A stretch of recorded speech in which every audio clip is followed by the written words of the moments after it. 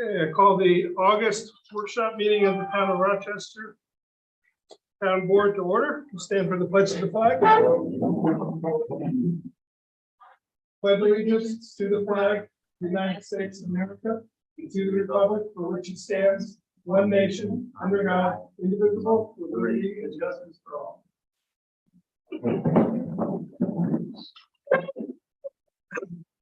Clerk, do the roll call, please. Councilman Coleman is absent. Councilwoman Allen here. Councilman Paddock Here. Councilman Smith here. Supervisor. Here.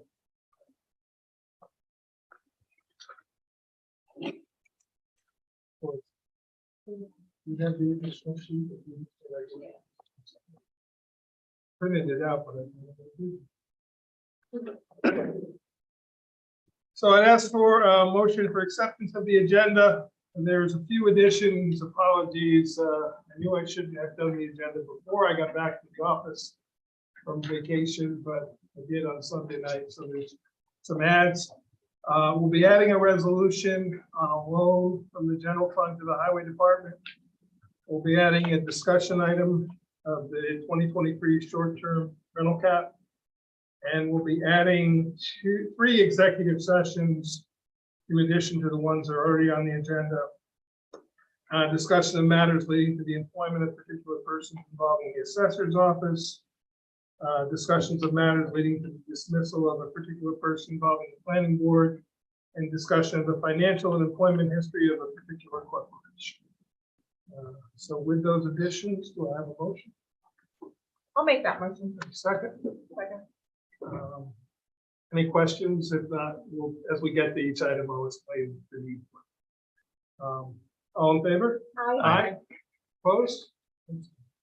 Okay, a couple of quick announcements. First, as of earlier this week anyway, the Board of Elections was looking for poll elections inspectors for Tuesday, August 23rd and Tuesday, November 8th. Training is mandatory before working either of the sessions. The inspectors work on those days from 5:15 a.m. until 9:30 p.m. They are asked to bring all food and beverages they may need for the day. The rate is $15 an hour and $60 for the completion of the online training. There's three positions available at each polling place: a ballot master, a key master, and a chair master. And they asked that we help spread the word, because they are still, as of Monday this past week, they were short about 25 people. Anybody interested can contact the Board of Elections. That phone number 845-334-5432. Also, Aaron, I just wanted to make sure you were aware of this roundtable session, Monday, August 29th from 5 to 8. I might be able to attend. I'm not 100% sure at this point, but if you can spread that word to the ECC, they may already know about it as well. Also, on Thursday, August 25th, at 6 p.m. here at the Harold Lifton Community Center, we will have 5 public hearings, all on amendments to Chapter 140 zoning. The first public hearing is Local Law J on the Chapter of Administration and Enforcement. Actually, it's the article section. It's multiple chapters. Local Law K is the article section on special use and site plan review. Local Law L is on sand, gravel, and quarrying operations.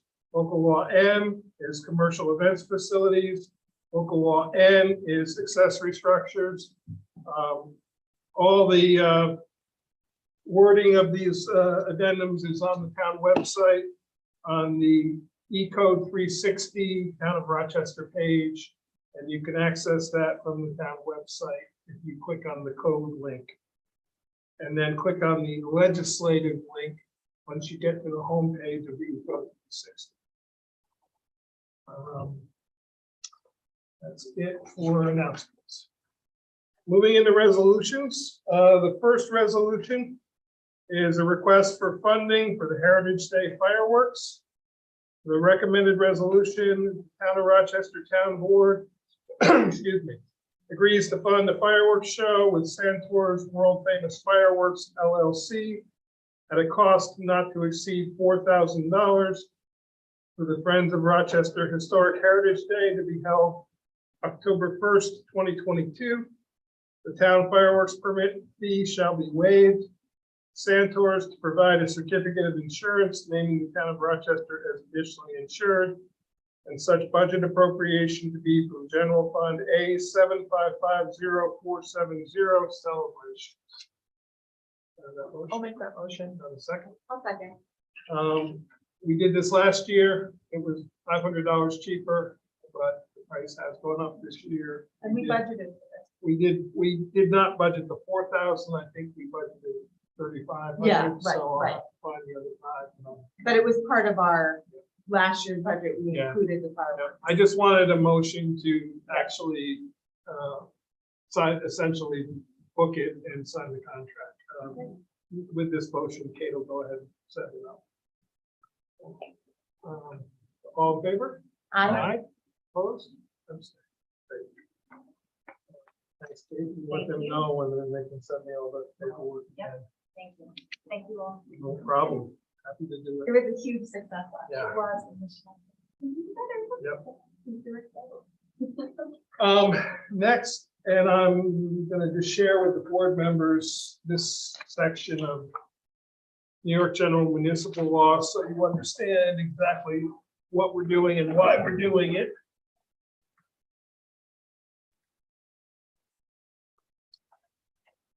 I'm asking for a motion pursuant to General Municipal Law, subsection 9A, the Town of Rochester Town Board authorizes the supervisor to cause a loan to be made by the general fund to the highway fund in the amount of $500,000.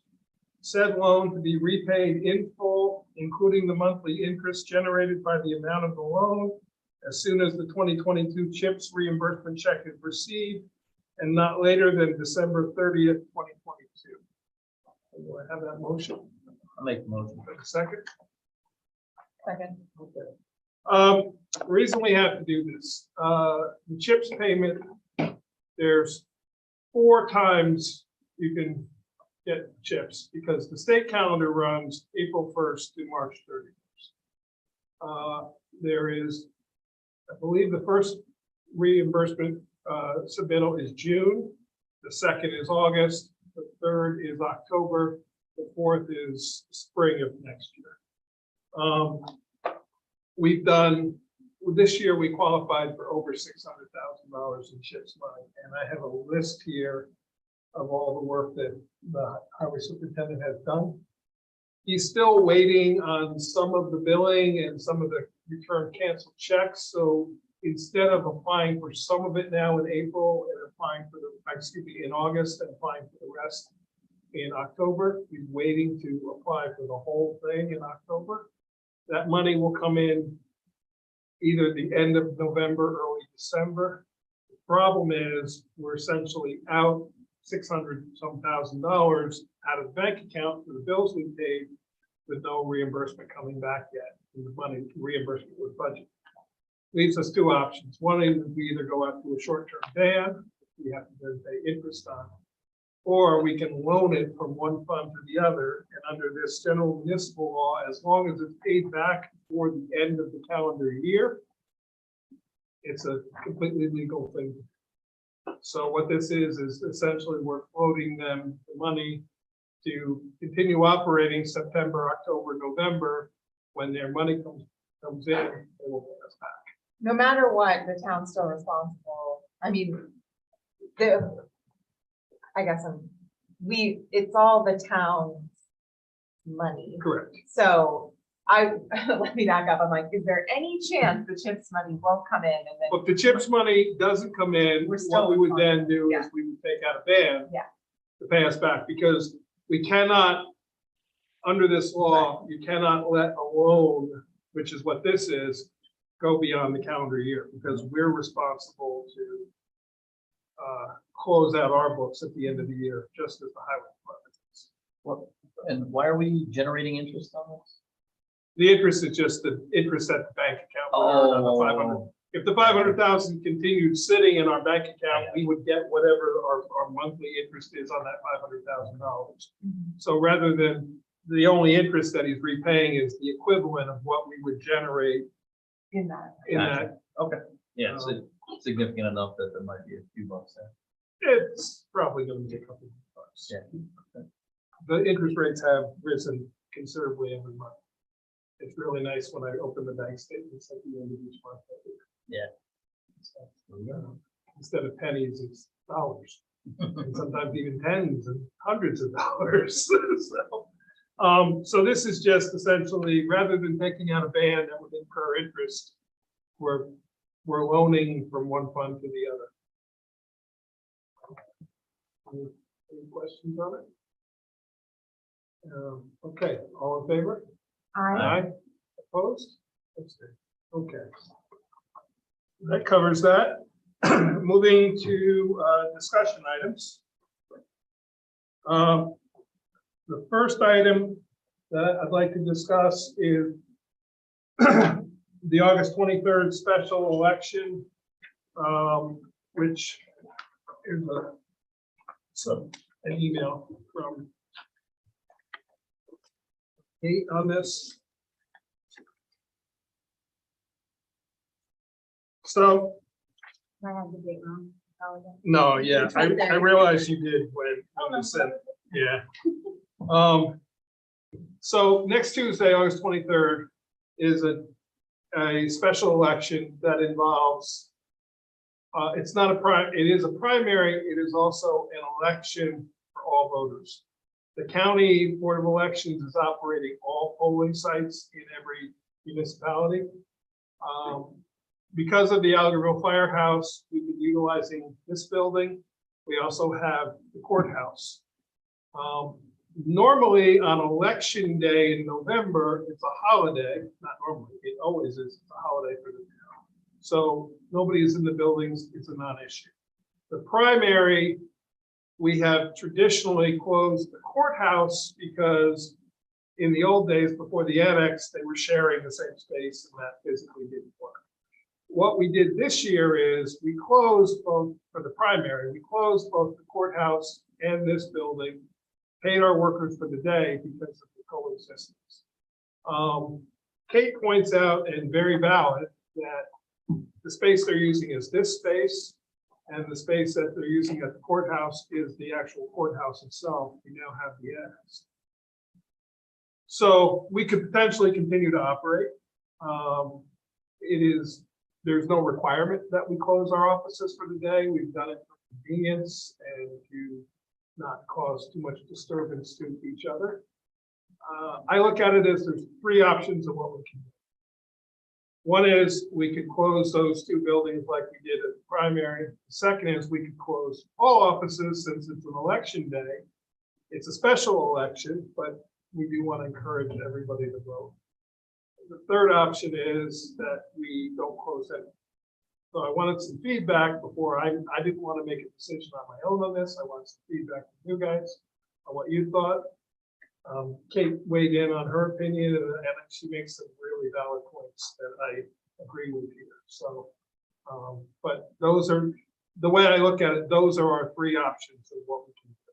So I wanted just some feedback from you guys that we can actually either do a resolution or do no resolution. So Kate, you're saying leave the office is open because it's gonna, with an extra work on the departments? It does, and it's not a simple phone call that they're closed for the day. It's, well, let me ask you this, or can I get this? And then people come in the office. So it's not a simple cut and dry, that office is closed today. And my office still is, if there's an emergency, I'm the one that is contacted, and my office is still in charge of collecting bags, getting the bags first. So it's an extra job for us anyway. Yeah. And because people were not used to it being with primary, a lot of people don't pay attention to that too much. And it was a very busy day for the building department and for the court. With this, I would be kind of against closing altogether because it's, to a lot of people, it's just a basic Tuesday. And I hate to see people come in and the office is closed, plus like a transfer station day. So it's a busy day all around, the day before court. So I would be opposed to closing it altogether. I think it wouldn't be a bad idea to try it and see how well it works. If it doesn't work out. I mean, the way I picture it is they have their own entrance, own bathroom. It really should not have much of an issue, and the court is now structured the same way. That's just what I think. Yeah, I mean, I tend to agree with you. We did it on the primary more out of force of habit because we've always closed the court on primary day. And we did last year. This year was the first time that it was in this building. So, and closing the court is probably less of an inconvenience than closing these offices, because you probably don't get that many phone calls during the day at the court, although I'm sure you get some. Maybe I'm wrong. Maybe you get more than I think. So, I'm sensing that people will agree with Kate. I about not agree closing. completely, actually, when I realized that we were closed, that some departments were closed on primary day, I was like, why? And I understood a tradition. My only concern is this is less than a week before. And We is there haven't told any- anybody anything. There's no expectation. I just want to make sure there's not going to be, that people maybe thought we were going to be closed and now we're not, or we just haven't said anything to the employees. Well, we, at the organizational meeting, we do adopt a resolution about the primary day because we Okay. know there's always going to be a primary. But this, We modified that because of the voting being in this building. right, But this being a special election, the employees have not been told anything. If they have an expectation, it's totally on their own. And I When can, I see it, they were got paid for a day that happened for you did. So the second time around, I was Right. like. yeah. I mean, I will send an email out to everybody tomorrow morning informing them that we will be open. and then for the General election, we're closed. the The youth- town closes on. the youth program, They would have been here anyway, because on summer program. right, But Tuesday is a trip. it's a trip day, so in terms of traffic, it's all. Oh. No, that's all. That's all. They all Okay, drop meet off. there. Okay. They drop off and pick up from there. Okay, The only thing it's gonna involve is I need to make sure that Ashley knows that the exercise classes. right, yeah, okay, yeah, I'm. Okay, so we do nothing, and that's fine. I felt I wanted input on it. I didn't want to decide one way or the other on my own, so. Yeah, I would just send a reminder email that we are open. Yep. to And everyone. put it on, you can put it on us. No, I'm gonna say the town board has Yeah. discussed this and decided that we're able to function. Yeah. as- And as- actually, they might, people might get some business taken care of, some sorry, yeah. Next, we got a letter from the Environmental Management Council. Apparently, we have not had a member for a while. To be very honest, this is the first notice that they sent to us, so I didn't even think about it. The question is basically that they meet on the last Wednesday of every month at 6:30. And every town, and village and city has a member who serves on it. It's a 3-year confirmation. The confirmation comes from the legislature. It's appointed by the county executive. So we need to forward a name. So Aaron, to put a little bit on you, since it's traditionally it's been a member of the ECC. Yeah. It does not have to be. It can be I can anybody. I can ask. If you can ask them if they have a recommendation, if anybody else thinks of somebody else who might be interested in being this person. It's similar to what Aaron and I do with county planning board. It's a county commission that is formed by under the charter. And they deal with the environment on a county level as opposed to on a municipal level. So, anyway, you can think about it, see if you can come up with somebody who thinks that'd be good. Short-term rentals. As we adopted our language, we at our September meeting, we need to set our level of how many non-owner occupied we will have for next year, 2023. What I'm giving you is this that I'm handing out now is the number of permits that we've given in the town. And I apologize, I think I've shorted a copy of this. And the first document, which coincidentally the county just put together, and this is based on, this is a total number based on the company that they have hired who is data mining the internet and determining locations. So that was as of 2022. You can see the asterisk telling you where that source came from. Ironically, it's pretty close. They say we have 134, and we have issued 122 permits. So that's not bad. Bear in mind that some of these 134, that they have found, some of them may be outdated. Some of them may no longer be operating. That's not to say that either number is accurate, but to the best of our knowledge. And I also noticed that ironically, when we talked about non-owner occupied back last year, we were kicking around the number of 3%. Look at the number that we're at coincidentally, 3%. So, but that's all not owner occupied. So if you look at non-owner occupied, we're pretty much almost 50-50. 64 owner occupied and 58 non-owner occupied. And that is for approximately 4,050 residents.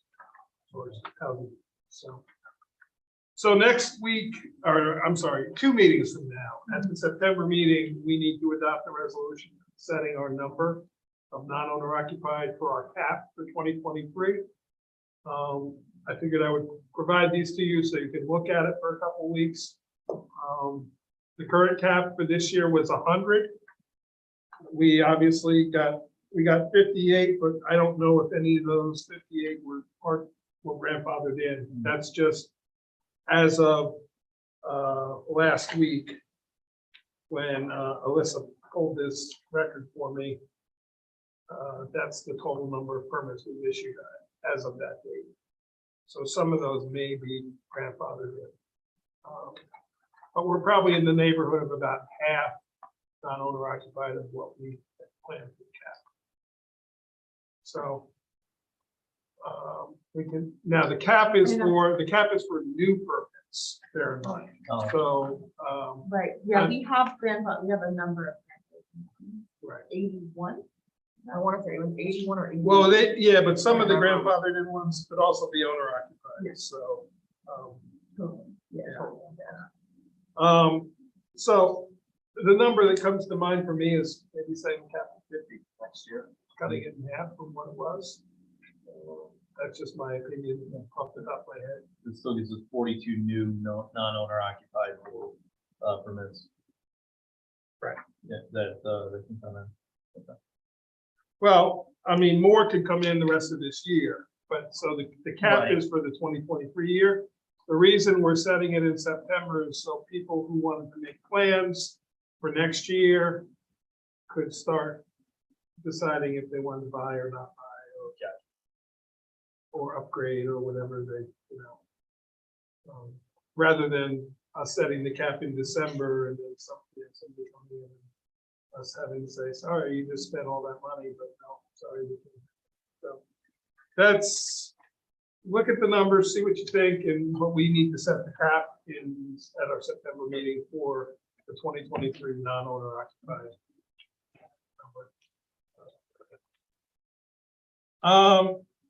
Next, the EE zoning designation for 2-4 and 8 Towpath Road, which is the granary. Peak Engineering, you'll remember we hired them to review the seeker. Nadine Carney, who reviewed it for us, provided this packet, emailed it all of you on Sunday. And by the way, I emailed it to you as well, correct? Okay. What I'd like us to do is sort of look through it, review it, find out, there's a few places where Nadine has said the board may want further information. What I'd like to get is definitive answers tonight of what we're looking for. I'll then forward this to the applicants and their engineer and their attorney and say, please respond to these missing items on the seeker. And like to try to get them to get back to us by September. So potentially we can move this to public hearing for the EEO portion in October. That's kind of where I'm.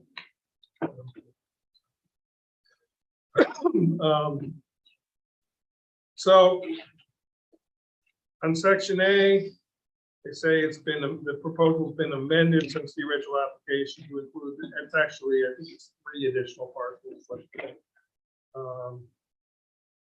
So we need to clarify whether, I know they haven't merged the lots. It actually right now it's total of 5 parcels. They did merge 3 of them, or they were in process of merging 3 of them through the planning board about a year ago. But I don't know the answer if they ever, Mary Lou, do you know, did they ever complete that merger? I do not recall that. Yeah. That may, I don't believe they did. I don't think so either, but I can If probably they did, look if it they up. did, they never filed it because it's still listed on the county site as 3 separate parcels. It's actually 5 separate parcels, but 3 of them were the original, and then they purchased the other 2 neighboring properties. So the question would be if they're planning on merging all 5 into one, or they're gonna continue them as individual. I would certainly recommend that they merge them all into one, because otherwise we're gonna go through nightmares with setbacks and things like that.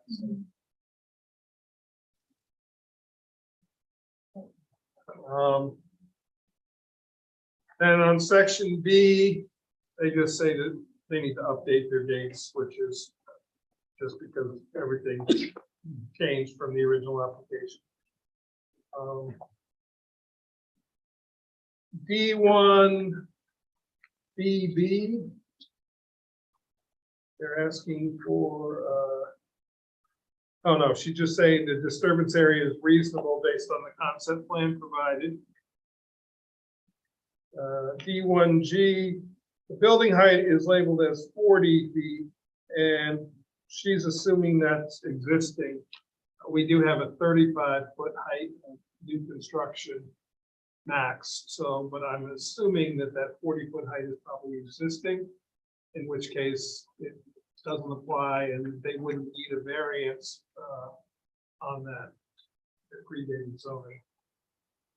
And I know that building does predate zoning. So, D2B was not complete. They need to check yes or no.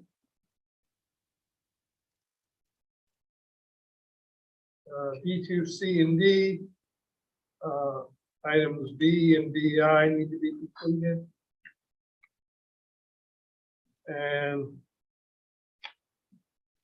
she's saying that the projected water demand based on the proposed uses is reasonable.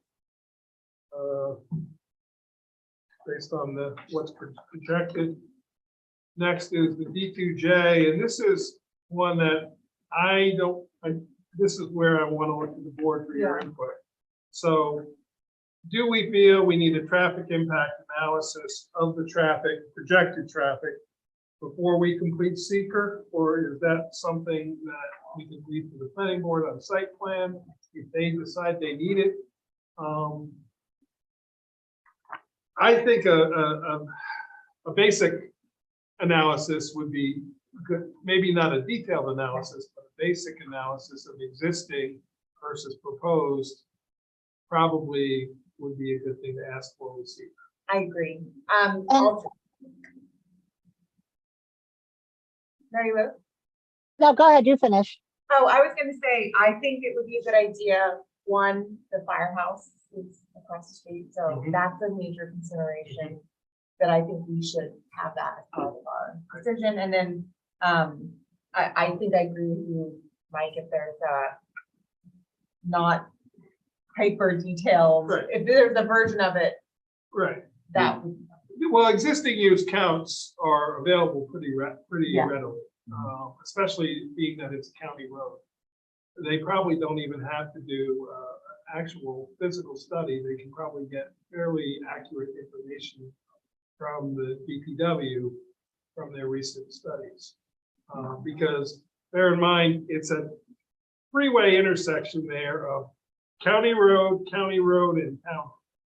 Yeah. Towpath is the town road, but going from Granite to the Main Street section is county, and Granite is county. So, We're also So- talking about rail trail crossing, do we need a crosswalk, sign? well, the crosswalk portion of it, being that it's off of their property, is kind of our problem to deal with, Yeah. not them. Well, yeah, yes and no. Yes and no. I mean, that's one of the things from seeker that you can do. You can see how is their property going to affect things on the town and county roads. Also, you might want to look somewhat at the bicycle traffic that may be coming from there across that road. And if their property is going to have an impact as part of seeker, we Right. can have them pay for whatever's gonna have to be done to improve it. But it may have, Yeah, just a small impact, in which case it's not a problem. yeah. I mean, the only reason I say it's somewhat our problem is because they're offering us the ability to extend the rail trail. It's their choice. They don't need, there's no requirement that they allow us to cross over Granite to access their property. So I don't want to put too much of an imposition on them of studying of the rail trail, because they could just as easily say, well, we're not gonna bring the rail trail across the road then. And Yeah, we're but just if they're gonna gonna, develop. if they're gonna put in a bike shop, bike rental. Oh, yeah. Exactly. No, I'm not saying it's not, it's a bad idea. I'm just saying, I don't. No, but want- That's what I was thinking, because even if they aren't, if they're gonna put in a bike shop, which I recall that too. Even if they weren't extending the rail trail through there, you're gonna have bikes at that 3-road intersection. And how's that gonna affect it?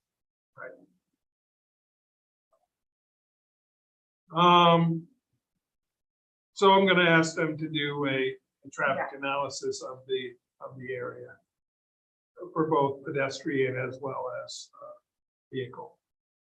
Pedestrian, bicycle, and vehicle. Yeah. D2N,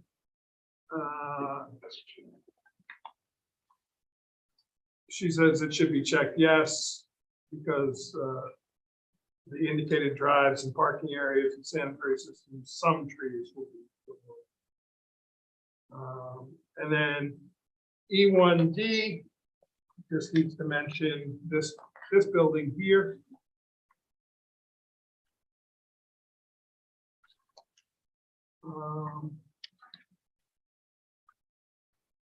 Then E2,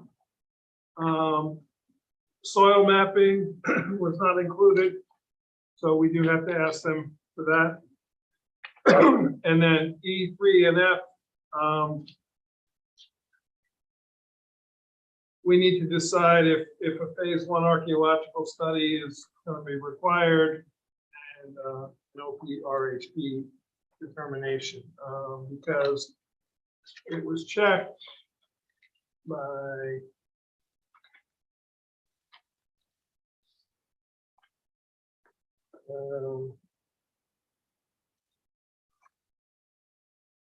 that's the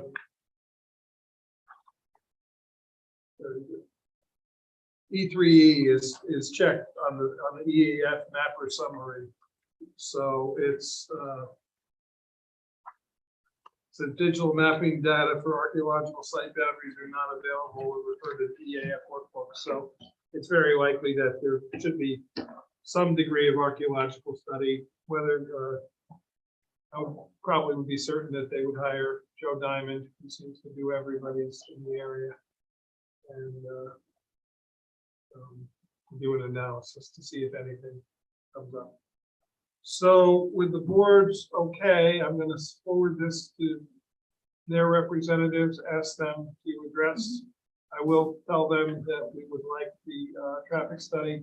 I'm also going to ask them now for a sketch plan level of the entire property, because what we got was a conceptual drawing.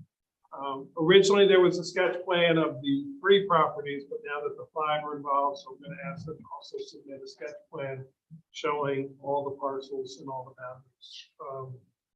That's all we need at our level for the EEO review.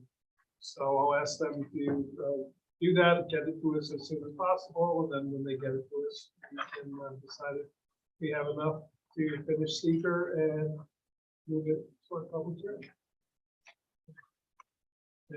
Any other thoughts, Mary Lou? No. Okay. But was definitely pleased with the work he did on this, and maybe instead if he had any questions to let her know, but I think the report definitely speaks for itself. So. Next, we got a request. You remember we talked about this and looked at it. I have the original request here on from Alex Banner for these 2 properties.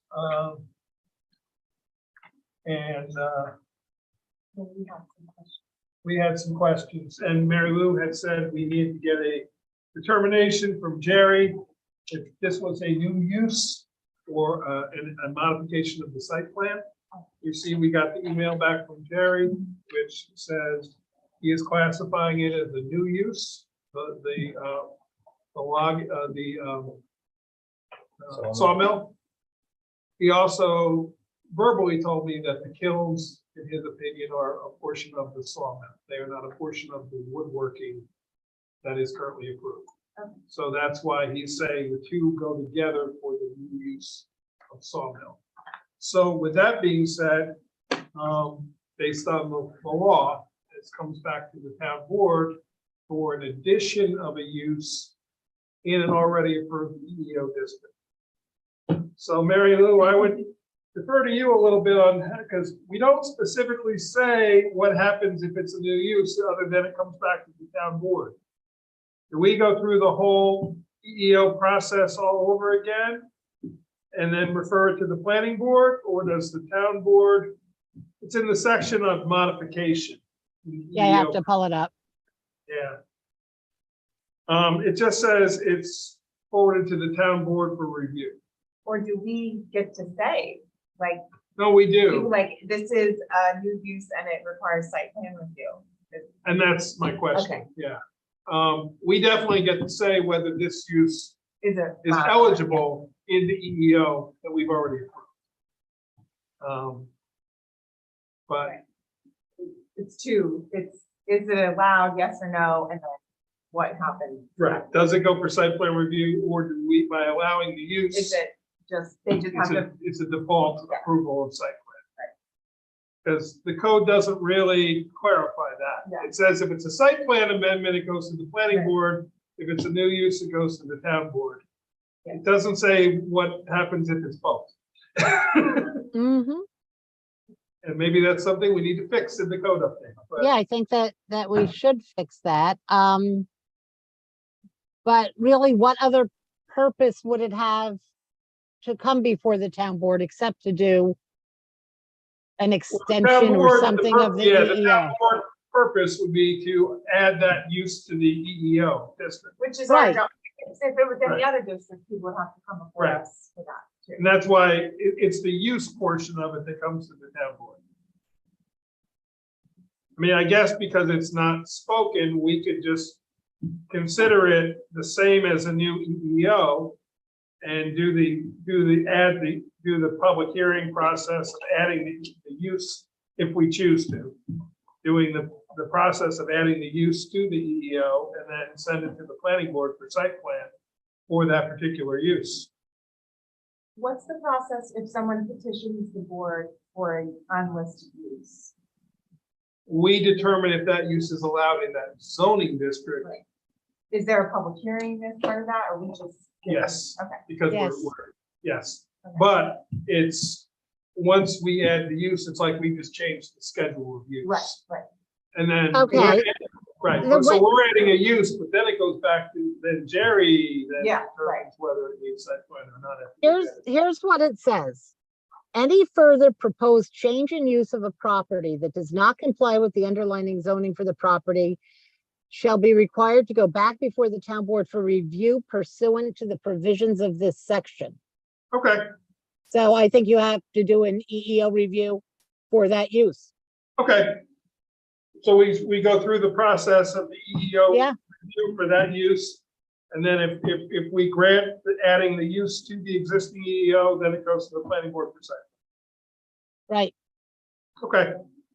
That was kind of where my thoughts were, but I wanted to just make sure that everybody was in agreement on it. Yeah, So now- because if like 4 just says it goes back, modifications go back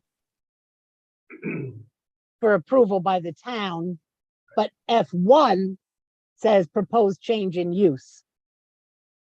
Right. And that says you go through the whole review process. Okay. So with that said, next Thursday, we have the public hearings, then we have the paying of the bills. What we should do is invite the applicant to come do a presentation of their proposal. I don't think we want to do that at our regular meeting. We could put them off until our September workshop meeting, or we could schedule them after the public hearings and before we pay the bills, or we can schedule a special meeting. Let's do that. What's people's thoughts? Because if we put them off for essentially another month, they kind of got put off a while because we were still muddling through how to figure this out. This was our first time dealing with this, so. They've been I've kept them in the loop by email. They know kind of where we stand. But, what people's thoughts? I mean, if it's a 15-minute presentation and we can ask some questions, Yeah, that's really what it is. I'm okay with it being. at Because our- Because it's at the point now for us, we have all the information Yeah. that we need. It's a matter of us deciding whether, Whether we want. I mean, to be honest, we could just schedule the public hearing and then decide from there. We have the information. They've given us a map that is a sketch plan. Admittedly, it's very rudimentary. It's a rectangle showing where it's gonna go, but we know where it's gonna go.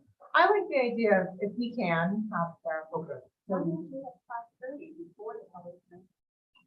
not a bad idea. So we're not waiting, and yeah, I'm okay with that. Okay. Okay, so with that then, I'd ask that we schedule a special meeting for 5:30, August 25th at the Hillbrook Community Center for the purpose of review of the EEO and request the town clerk post notice. Let's do that subject to availability by the Right, applicant. yeah. I'll reach out to them tomorrow first thing. If they're not available, I'll let Kate know and we don't advertise. Okay. If they are available, we'll advertise. Okay. Mike, do you want, I'm sorry. You didn't vote yet, did you? I'm sorry. No. You made the motion. Yeah, I'll I'll make- second. okay. All in favor? Aye. Opposed? Okay, Mary Lou. Do you want me there for that and or for the public hearings? I don't think so. Yay, okay. Yeah, I don't necessarily, because any information that comes in, you're gonna hear anyway, and yeah, And if you need me to look at something, there's YouTube. right, exactly. Okay, Okay, so put that in your calendars, good idea, thank you. Appreciate that. Next, moving into zoning law designations, so first, let's, if we can, start with local law 7, which, geez. I shorted myself a copy of it. Thanks, Kate. What I did is, I've spoken briefly with Warsing about Clay Hill Road, but not enough to the point that we're all in an understanding of where it is. So what I did is I split it. So this is the portion of the law that I proposed the other day that we talked about, that this deals with the parking ticket section. Okay. I'm putting it up for us to discuss, go through and discuss it if you want to change anything tonight. And then I'm hoping we can adopt it for public hearing, not adopt it, but set. Oh, there you go. That's where the other Where one the is. other one went. Setting public hearing for our October meeting on this. Because I'd like to get this so it's in place by the fall. So, Mary Lou, did you have any thoughts on the whole thing overall before you've done research on this already for us and. right, Yeah, my only question is, I did not look up the fines. Where did you come up with those fines? Are they from? I copied them from the town that I copied this from, which was that town up in I remember, okay. Albany County. Yeah. What was the name of the town? Oh my I gosh. don't remember, but we can certainly, when we get to that section. Yeah, I'm just gonna, I'll just take a look to be sure that they are in line with what we're allowed to charge. Yeah.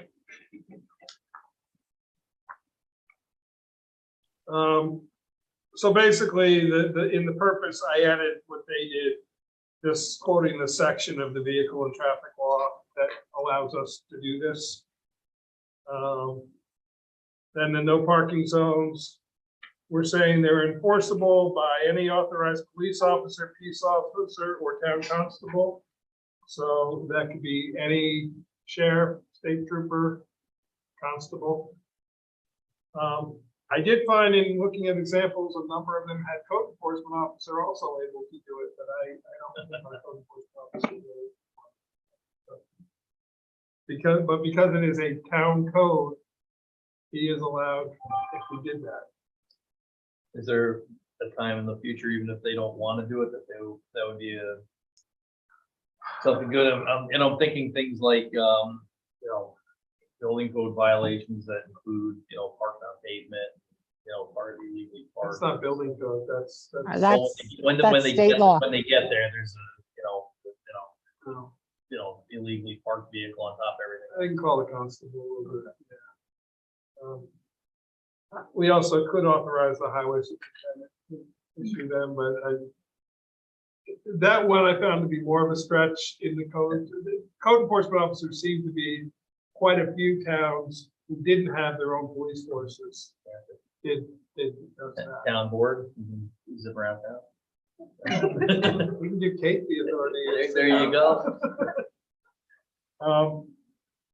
So the notice of the violation, we will prescribe basically the form, and it's got a minimum, it's got to have the license plate number, the state, date of expiration, description, a general statement, and a reference to the town code. I know Rich had examples already of what other. Yep. So we could just take those examples. When the plate number or the expiration date are missing or not shown, the information can be admitted provided, it's described and written in. And other information is provided, like vehicle identification number. So, you know, somebody abandoned the car, took the plates off, or covered up their registration or whatever. Also, the notice has to tell them how they can plea and when and where. That's standard of any traffic ticket.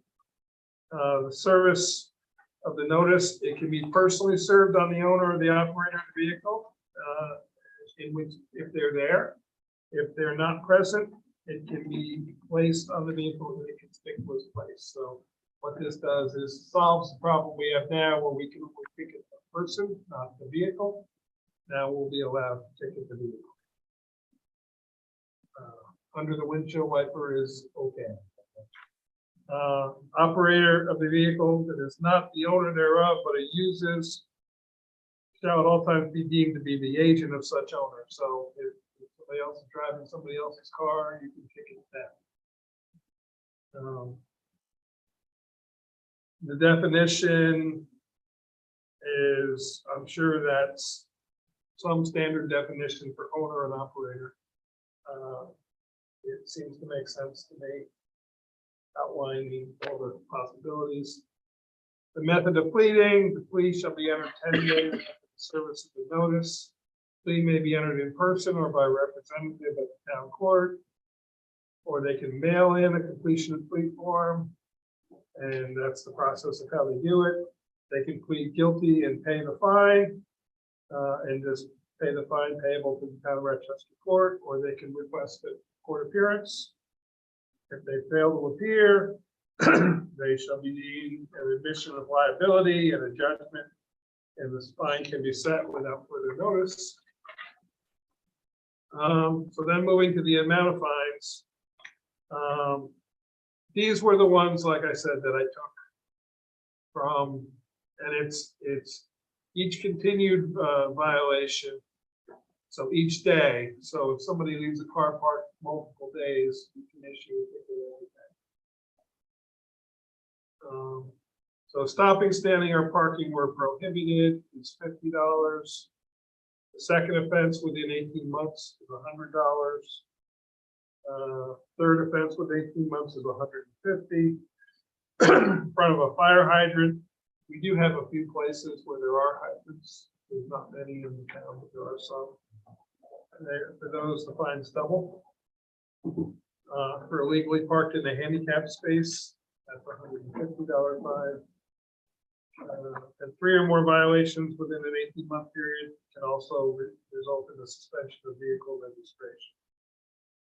I'm sure that's probably a standard. And then the additional penalties, if someone fails to plea or appear in court or pay the fine, they can add an additional penalty in the amount of $10. More than 45, but less than 76 days. I'm not sure where 76 comes from, but additional of 35. And then more than 75 days after the date, additional fine of $50.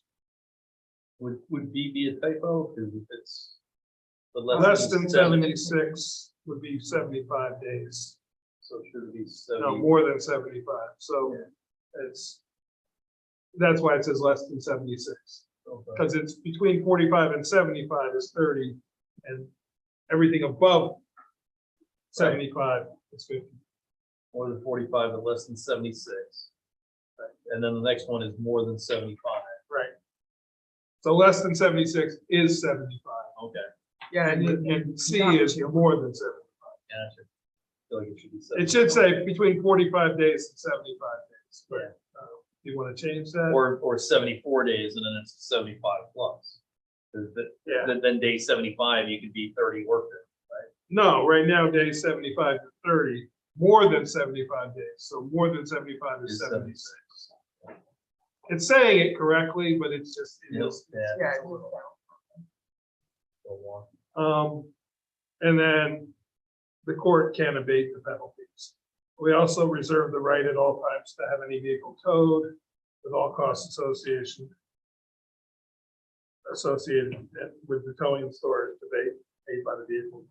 So This essentially will allow us to rate parking tickets. I have not talked to the court at all about this. See how they feel. If we set it for public hearing, I'll set the justices. Actually, Mary Lou, is it appropriate that I send it to the justices or not, since they have to? Probably No, not, yeah. Because they We're the adjudicate legislature. it, so they shouldn't comment on it. Yeah.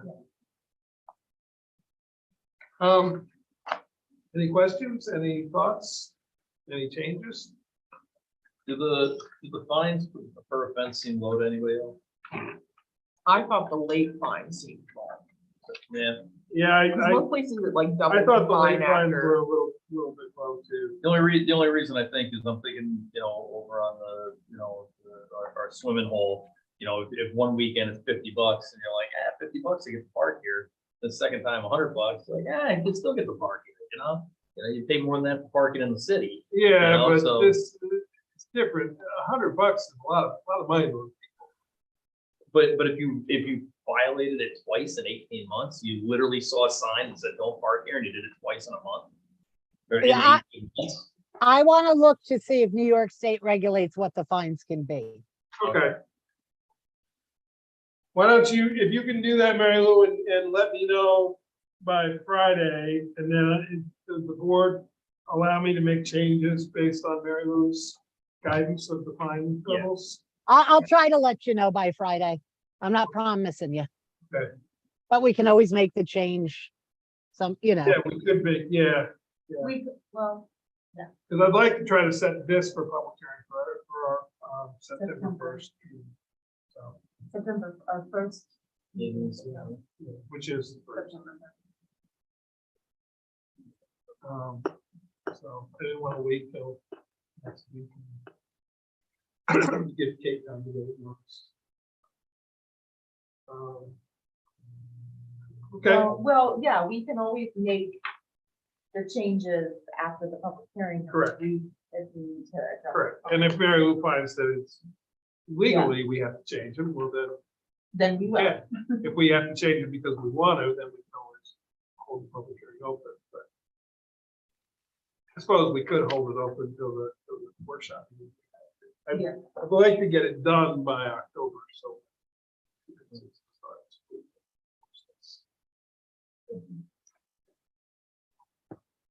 Okay, I guess then I'd ask for a motion to schedule a public hearing for local law 7, 2022.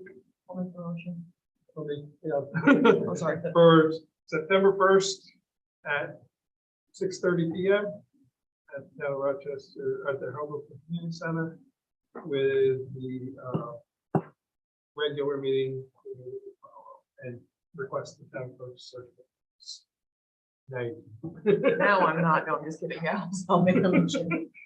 Second, I'll say. any discussion? All in favor? I- Aye. Opposed? Okay. And, Kate, I'll get you the part of this.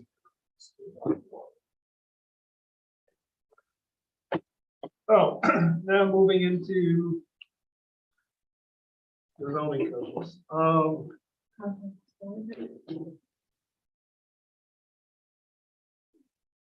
What's that? I said contractor storage yard. Oh, yeah. I'm sorry.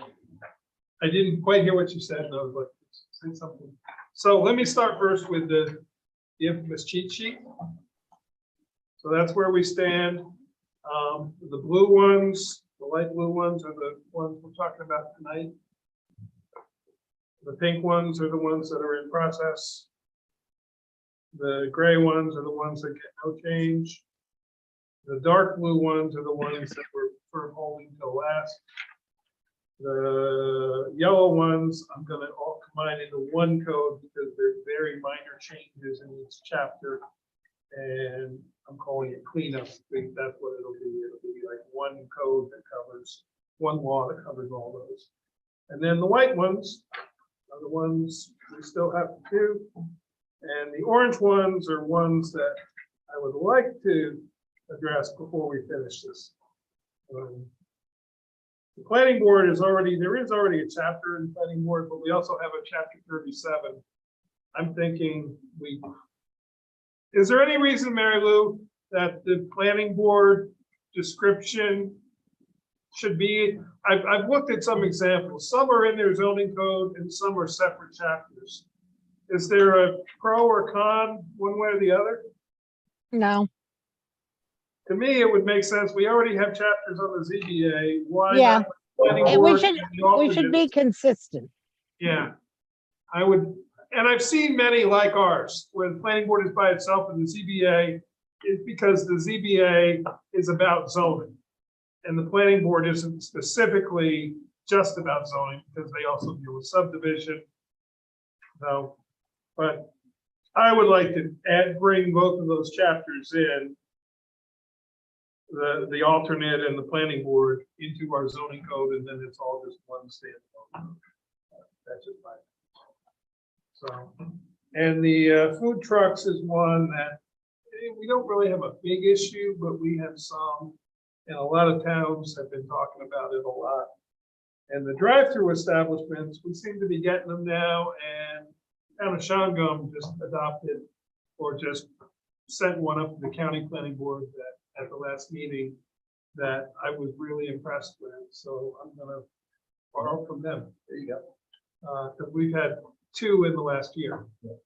And during COVID, certain establishments used a drive-up system that, I know it was temporary, but still, So just having a section that deals with drive-through establishments, it would be in addition to the review of whatever the use, whether it be a bank or a food establishment or whatever. So just letting you know, that's where we stand. It's both kind of good. It's not as daunting as it looks, in that there's an awful lot more colored in than there isn't colored in. So I was happy to see that. So we can go through the codes. A question to the board. This, other than this, an executive session is all we're going to do tonight. Do we feel the need Kate needs to stay, because she works a lot of hours? If we're just going through and possibly making changes. As long as he feels like so do her job and not be here. It's fine with that. Okay. We'll take it from here. Thank you all. Talk to you tomorrow. Thank you. Okay, thank you. Appreciate it. So. I figured better than you sit here and watch this come to office. I kind of put it in reverse order, how I thought, how much time we'd have to spend on things. I figured I'd start with the short ones. So, yeah. Contractor storage yards, it's something that the task force tonight I talked about for a while. Pretty straightforward. We've added a definition. It would be a use. I don't remember which districts we were going to allow them in or not allow them in. That would be addressed maybe in the scheduled district regulations. But pretty straightforward. Is the definition would be added. It's exempt for private landowners under personal equipment for non-commercial use. So if somebody owns a front end loader of their own, they can, they're not running it as a commercial business. And agricultural are exempt as well. So we basically say storage of building materials, supplies, parts shall be indoors unless otherwise permitted by the planning board. We're saying they have to be located within 100 feet of any property line. Oh, shall not be located, I'm sorry, within parked in the rear or be screened from adjacent properties in the public right of way for 14020, which is our the section that deals with lighting, all those kinds of aspects. And then no more than, and they left it for us to insert a number of vehicles propelled by their own power with a gross vehicle weight of 26,000 pounds. Do you remember, Aaron, where that? I'm sure John Dawson came up with that number. The 20. Yeah. Shall be stored outdoors at a contractor storage unit. I don't, this was like toward the end of the tail end of that task force, and I don't think I was at this meeting when this was discussed, so. I know I was one of the ones who brought this up, because we have had a number of instances where there's been questions. And I don't deny that some people will probably be bothered if we make this, be planning board review. How are we gonna determine the number of vehicles? You need some other piece of information, property size or something. Well, Or yeah. you go by. We zoning. could say so many vehicles per square feet, or, I mean, we You can could. go by zoning district, obviously you can't have 10 of these things in an R1, the hamlet, but if you had a, Well, you could, but it also, the size of the property matters more than the zone. Okay. I mean, you could have a 50-acre property in the Hamlet district. Just because it's in the Hamlet doesn't mean it's a small car. So, I would say, but it's so many per square, there's so many square feet. Yeah. They kind of kicked it to us. Yeah. And we don't have to decide tonight. I mean, if you want to do some more research, I tried to, pick off some that we could try to move. So, Because basically at 26,000 pounds, we're talking about some kind of big commercial vehicle. You're That's- talking yeah, about I a just- tractor trailer. I looked it up, so And it's semi is between 10 and 25, so I think this is like a actual tractor trailer. yeah. Yeah, and 26,000 is the weight at which you're required to have a CDL to drive it. Oh, yes. There you go. Yes, that's what it was. That's, Yeah. there you The go. larger one. Yeah. So something like a large dump truck, Yeah. or a large front end loader, or a bulldozer, or something along those lines. Garbage truck, maybe. Anything like that. Yeah. So I think we got, we want to do a little bit more thought. I'm sorry, I was Googling. Yeah. What was your concern? No, I was just saying that, you just can't say how many vehicles, 26,000 pounds stored outdoors. You're gonna have, some sort of square footage, square acreage to I associate think those so two, many but- per so much square feet is the Right. way to do it, not just a number. Right, because otherwise Because if you have you're allowing. an acre of property, obviously You can't. 4 or 5 vehicles is going to look like a pack. Where if you had 100 acres of property, 4 or 5 vehicles, kind of who cares? I think too, we should include something about fencing or screening or something. Well, I guess, We have it in the front, but yeah. we don't And have it says indoors or properly screened.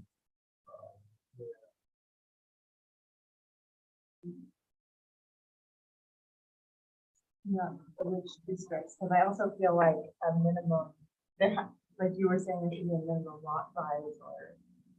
Well, the one thing we didn't want, one thing I know we talked about in the past is we didn't want to harm the person who is a, sole proprietor dump truck driver who drives his dump truck from his house to his job and back again. And, is that a contractor storage yard? To me, it's not. I think.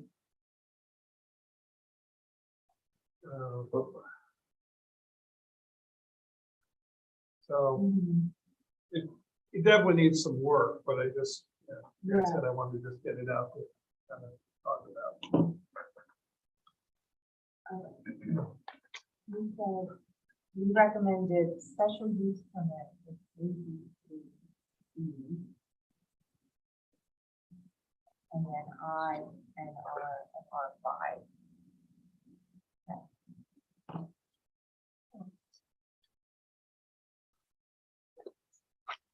Yeah, so not allowed in. No residential No. except for the R5, which is. So, anybody have any thoughts to finish this tonight, or do you want to sort of table it until we talk about it again? Councilman Coleman will have a lot to say about this. Okay. Like, Yeah. I can't That's fine. I can't remember where he came down on this one committee. All right, so we're gonna table this for next month. All I'm thinking is how my neighbor used to park the semi on the side of our dirt road. Did I give- And stuff. I gave you copies of this, right? My dad had a delivery truck that he parked in front of our trailer. The delivery truck was bigger than our house, you know? Yeah, But it was at the end of a residential neighborhood. that's exactly what I don't know if happened to that's me on what this was dead be end there, but that was road. his work vehicle, Right. you know? Yeah, because that's not the purpose of it. Yeah. The purpose of this is the contractor who's got 5 pieces of equipment. and Who just, has a you know, trailer, a front end loader, you know, that they're like. Yeah. Like work over the whole lot of Yeah. like an acre, yeah. But they're mostly driving those to sites. Okay, kennels, came out from the planning board that there should be a section on kennels. They recommended in the 30s, but I thought about it and I was like, let's put this right after the animal section, since kennels goes along with animals. So I'm proposing we do it as 14.2. 14 is agricultural use, 14.1 is animal husbandry. I'm suggesting we do 14.2 as kennels right after that. The only reason we might want to change it back to is, it just occurred to me that that section of code, I don't think is uses. I think the uses are in the 20s and 30s. So that's it. The naming is a to be determined. So the definition of kennels is still staying the same. It wasn't being proposed to change at all, including animal daycare centers where the animals are boarded for any length of time. So where permitted, be subject to special use and site plan review. So they're saying where they're allowed, it's by special use in all cases. And they're saying a minimum parcel of 3 acres. The structure used can be located close. I think that should be no closer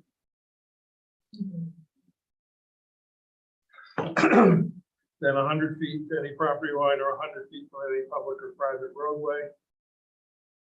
So essentially, they're saying 100-foot setback.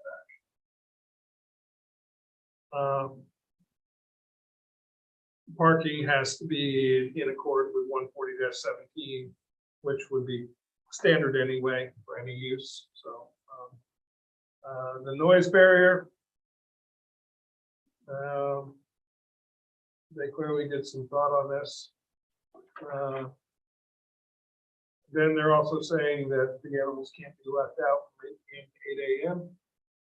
and that there has to be an on-site contact person during business operations.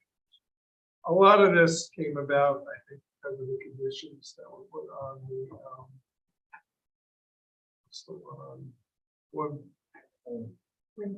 Hayward Ranch. Yeah. So I don't think they're bad. I don't see any problem with this actually. Does anybody think? I think of the place Otis goes to and a couple of the other places, and that's what they've constructed without the law. So seems like that's what a reasonable kennel owner would do. Okay. I'm gonna leave it as the 14.2 for now. If we decide to move it to a different name, I don't think that that's a major change. So, so then I'd ask for a motion that we refer this to, actually, let me start. First motion would be that we schedule this for public hearing on, what's our September 29th? Yeah, 29. September, This is the last Thursday. yeah, of the- September 29th at 6 p.m. And it will be local, what were we up to? Anybody know? What were we up to 10? Yeah, So we're at O. Yep, local law, and that we request the town clerk to circulate notice. I'll make that motion. Okay, we have a motion. I'll second. And a second. All in favor? Aye. Aye. Opposed? Okay. Next motion is that we request the town supervisor and town clerk circulate this for comment to the Ulster County Planning Board, the Town of Rochester Planning Board, and I'm gonna say I can mark it for this one since it's kennels. Yeah. That's under They their regulate. jurisdiction. Okay, do I have that motion? I'll make that motion. I'll second.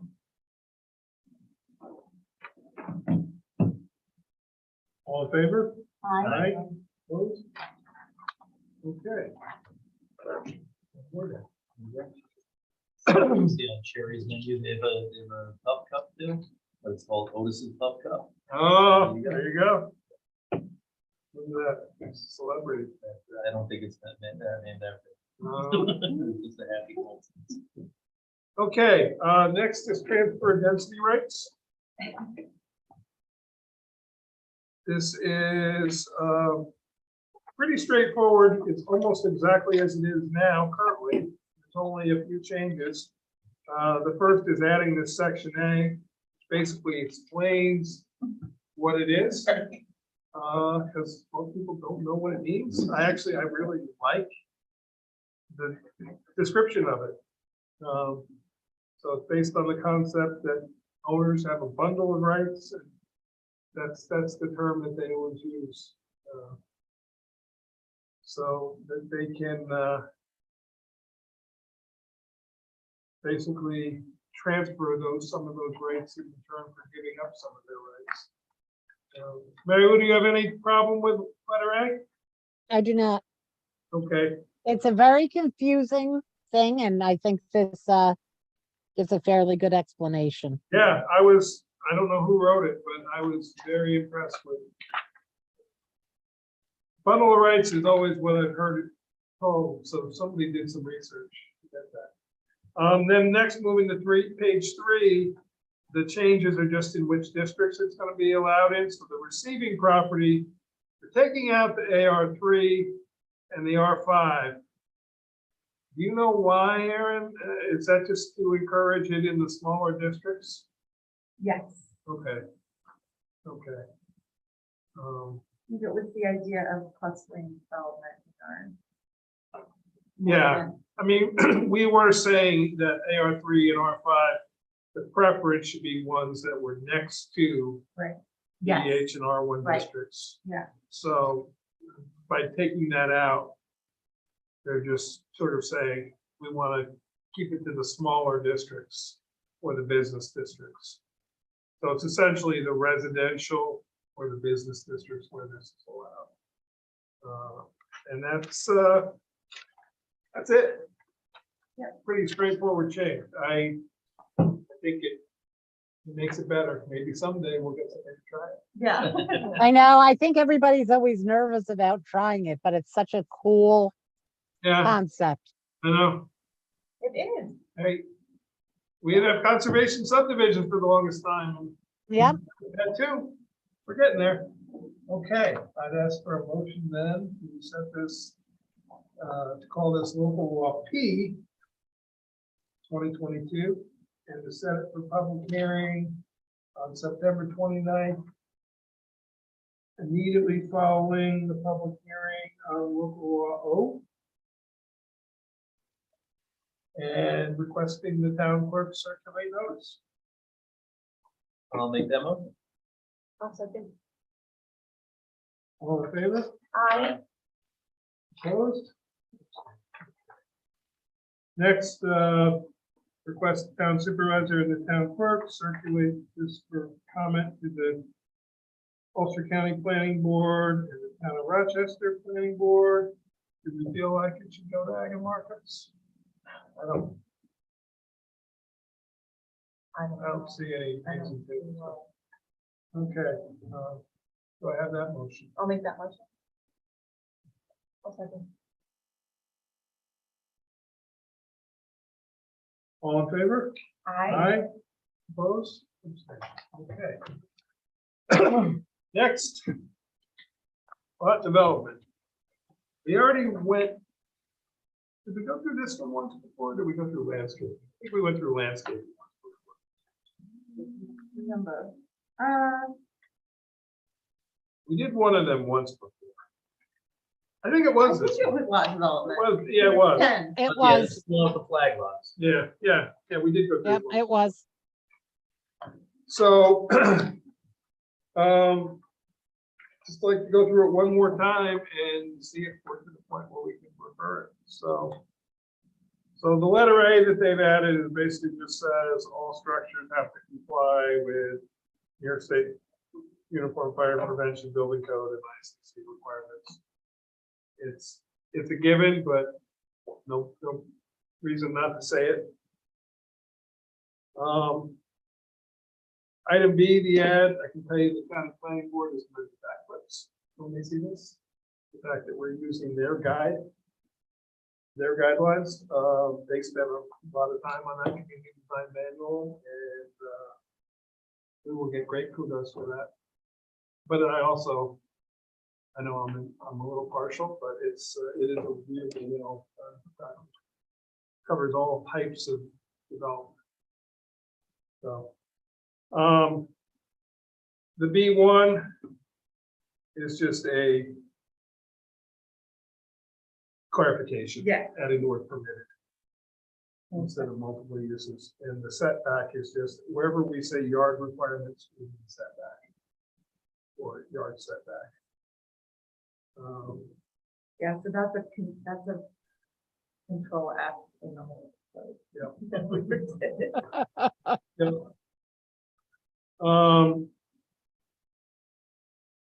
The item 2 is, that was clarification from the previous zoning review committee of just getting the language to be the same instead of mixed use, calling them multiple permitted uses. The A10 was that's the new district that we're considering forming, an agricultural 10-acre where multiple permitted uses, which include a residential use. The required lot size shall be a larger lot area required for your use is set forth. So that way, if somebody wants to do multiple uses on a larger agricultural property, and one of them is a residential use, that allows them to utilize the property for their advantage. The density bonus, we want to encourage in the smaller districts, and we want to encourage green energy usage. So having that density bonus is a good thing.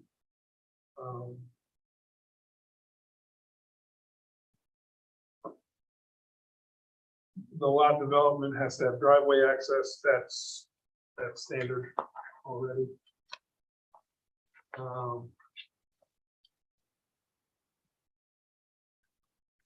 So this one though, lot development of parcels with total land disturbance of 5,000 square feet or greater shall require site plan approval. So basically, if you're doing greater than 5,000 square feet of disturbance, no matter what your use is, you have to get site plan approval. What do people think about that? Remember we talked about that, and that was more than reasonable. We were talking about driveways. It's a significant amount of disturbance, 5,000 square feet. But if you were putting in a long driveway or a sizable house. Yeah. Okay. The lot development of the steep slopes, permits required. Oh, I remember this discussion. It says permits shall be required, and we have to clarify what that actually means. What is that permit? Is it a code enforcement officer permit? Is it planning board site plan review? Fishing permit. So,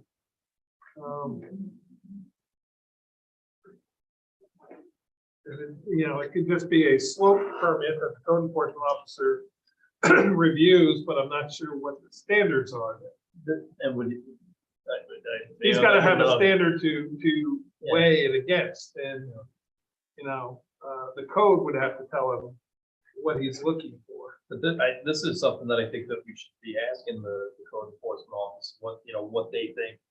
So, the right slope is to incur something like this, because I would have no idea. I mean, 15%, 25%, those seem significant, but. Well, maybe- 15 and 25% are a lot of the standard slopes where with DEC is what you can and can't do. Yeah. And that's because of stormwater runoff. Yeah. So when you disturb a slope of that great a percentage, Mhm. I would say site plan approval should be required. for developing So- Greater than 15%. It So says it's not a permits. Not a permit, it would be site plan. There you go. What do you think about that, Aaron? Yeah, Because otherwise, I don't know what the permit means, yeah, I don't. What know is the either. review I was trying standard? to find my notes, because I took all these notes the first time we talked about it. And, Have you Yeah. thought about running this by an engineer? Could do that? And I would say, not an engineer who comes before our boards often. Either CPL or, somebody, or Chazen or somebody outside, somebody who's Well- not coming. Why don't we continue reviewing, and if this is the only one that we're not sure about, go ahead and Okay. refer it to the county, because the county may, That's Wait. true, yeah, that's true. and we can also do the same at the same time, we can reach out to engineers as well. Mhm. yeah, because I also keep thinking about number 5, and I feel like 5,000 square feet is not that much. Well, it's 50 by 100, Yeah, it's not very big. But it is bigger than most houses, obviously. I think we talked about making that bigger. Maybe, Should we go to 7,500? 10,000? yeah. I feel like you should make it a little big. I'm just thinking of like a house, a driveway. Yeah, house to driveway, a septic, Septic. and you're gonna Yeah. be over, I think you're over. Yeah. I don't want people to have to get a site plan approval for a residence. Yeah. I mean, we could exclude. I don't know, we could exclude. residents. It kind of defeats the purpose though, because it's. You're right, if someone's building a Disturbance. huge Yeah. house, then maybe they should. Do we try 7,500? Do we go to 10,000 I think we try 7,500. or 8,000? Kind of split the difference. It's like an auction, do I hear? It is kind of. I like 7,500, because it's in between 5 and 10. We'll set it at that one.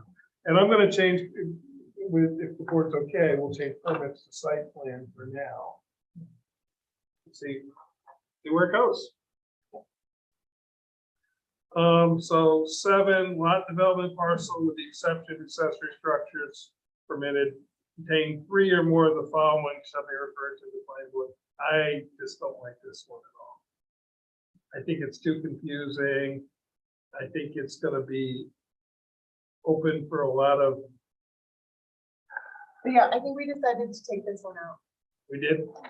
Okay. I wish I had a marked up version. Yeah, I did Actually on too, it. and I thought I made all the changes in it Oh. already, but maybe I did. I think we did agree to take this I one. thought we agreed. Does anyone else remember that? I unfortunately don't have that. That binder with me. I think we should take it out. Now, the hydrological study, Oh, I think we asked Councilman Coleman to tell us how many parcels actually would qualify for 7. oh, Do you remember that? we may have, Okay, but I think we should just take it. Okay, Because all those things may or may not trigger it already. you know? yeah, they all have,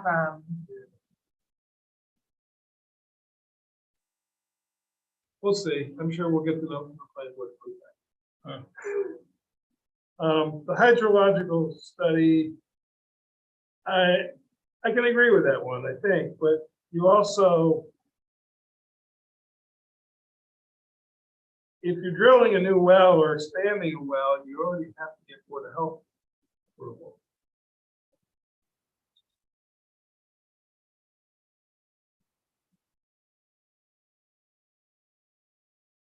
$2,000 gallons a day during a single 30-day period. I think all this is saying is you have to have the study if you're before the planning board. Oh, or zoning permit. Yeah.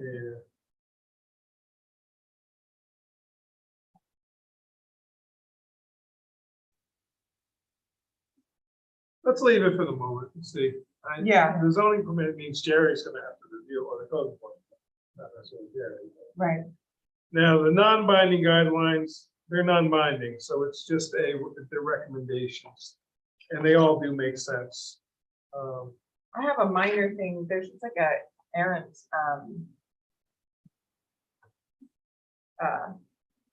parentheses on 8. Where, Oh, in front of the A. right? oh, yep. Yep. Got it. 9, I think, comes straight out of our comp plan, to be honest. I think it's almost word for word out of our comp plan. One of the addendums is Mhm. citing a structure. Yeah. 10, protected resources on areas should be linked.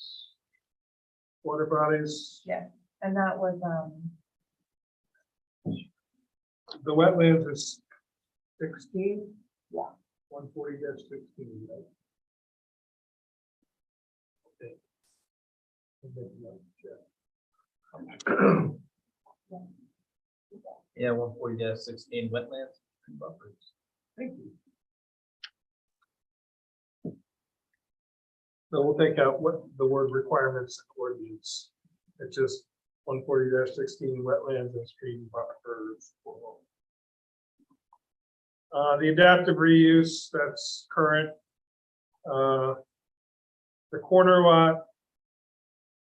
Basically, the planning board can set higher standards because of grade limitation, and that makes sense. And there's the picture of, and I can tell you, I went out with Bruce Saris and actually did one of these.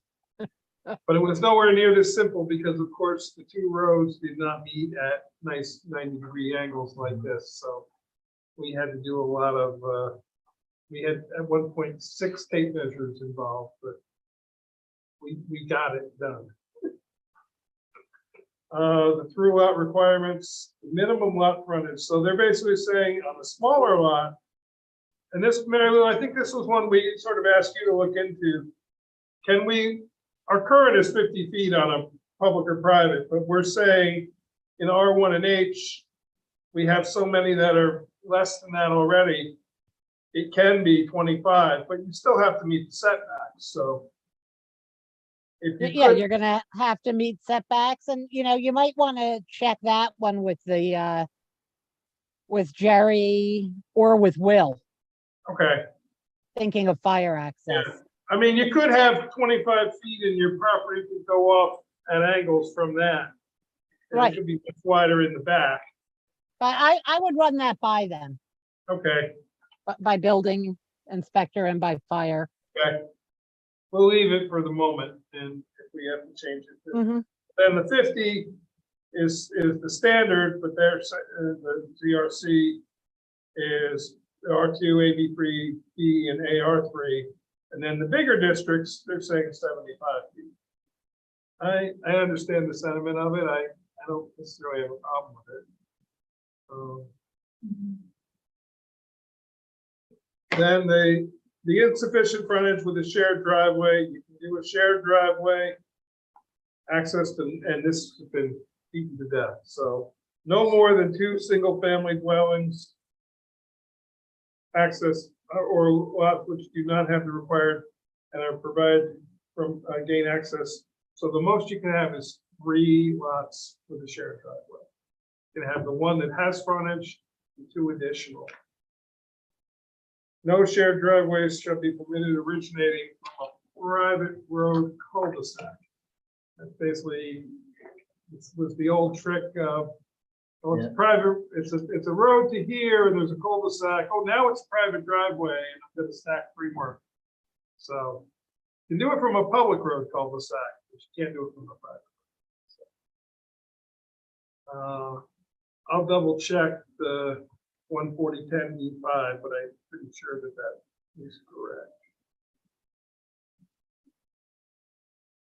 And then the private road frontage, that language is just correction. Flag lots, I know we really kind of beat it up last time, but let's walk through it one more time. We're not calling it a right of way, we're calling it an access strip. The controlled use of a flag lot permits reasonable use of parts to be subdivided without adverse environmental impact or contravention of public health, safety, and welfare of the community. So basically, it's still got to be a feasible lot with the flag. The reasons of topography, landform, remoteness, and existing lot pattern, unusual size or shape of parcel, there's no reasonable or practical alternative. So we're not trying to encourage flag lots, but we're not banning them. But we're saying if you can do a conventional lot, we would prefer you do that. Because in the old days, you would get flag lot, flag lot, flag lot, flag lot, and they would be, you know, staggered in depth. And you look on our subdivision maps, you'll see a lot of them that there's like 5 or 6 of them. The basis for the formation of a flag lot must not be to circumvent the need for the construction of a road. The creation of the flag lot must not be to increase density above the density permitted. Didn't we say that, take that one out? It doesn't make any sense to me. Because a flag lot is its own internal lot, its own lot. So you can't, I don't understand the statement. You can't increase density above the permitted density with a flag or without. Yeah, no, I can't think of Yeah. a situation if it's all the same zoning district. Yeah. And if it's not. I'm going to take it out because it doesn't seem necessary. Can you think of any reason, Mary Lou, that language? No, I'm not quite sure what that's Yeah. there. The location of the flag lot will not itself create any problems with road access or traffic conflicts. That's a little vague. I mean, any access to the highway department has to approve the site, the location of the driveway anyway. I think we should take that one out too, because it doesn't really say anything that's new. The creation of a flag lot will not conflict with existing residential or agricultural uses. It's another one I don't really understand.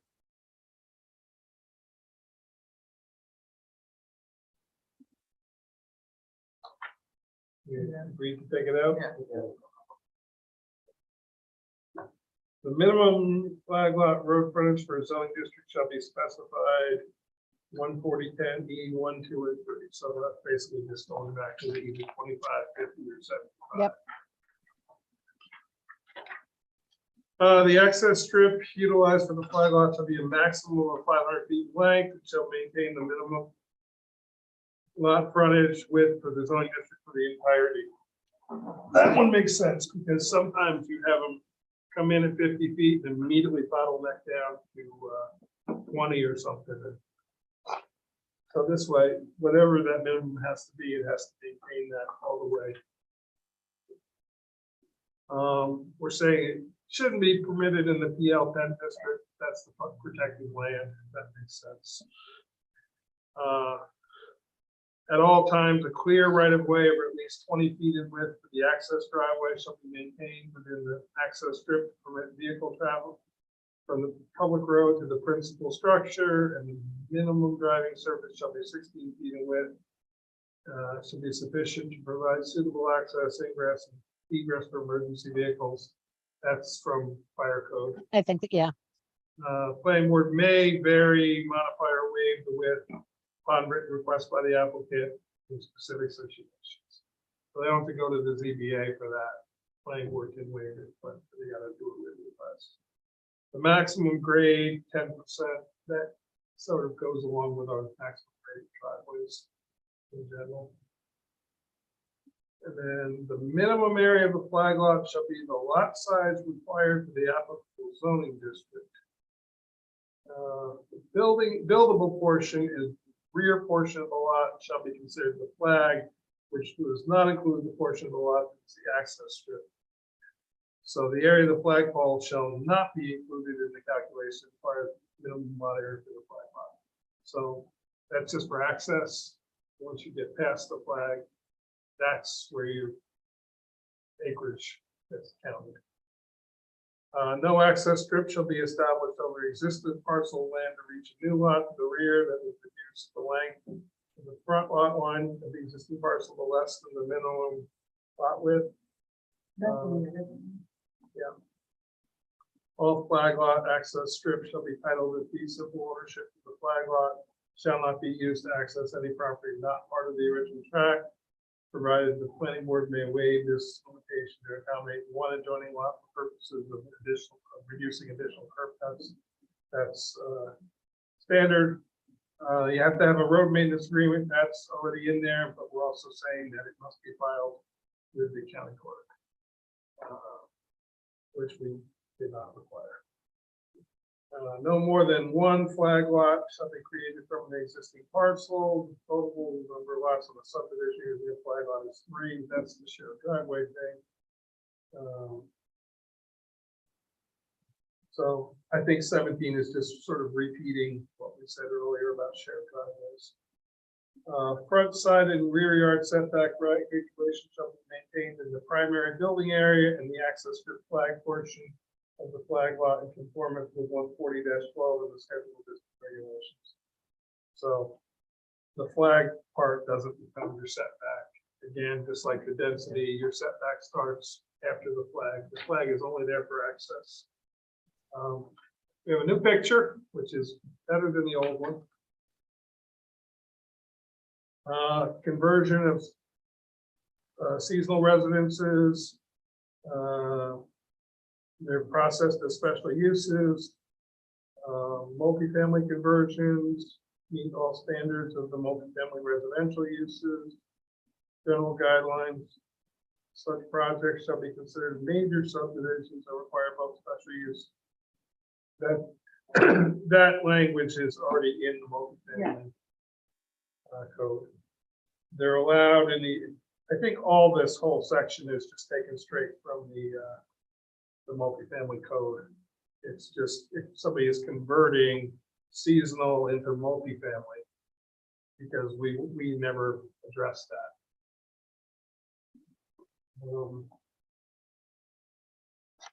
And the rest is all the same. So I think it's ready to send and see what we get feedback. Yeah. So that's for a motion for local law Q 2022. And public hearing to be held immediately following local law P on September 29th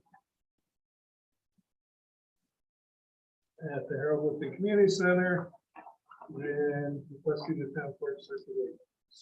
I'll make that motion. Second, Second. all in favor? Aye. Hi. Opposed?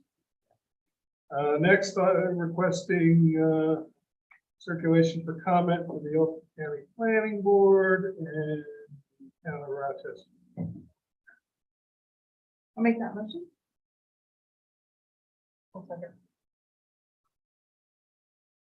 All in favor?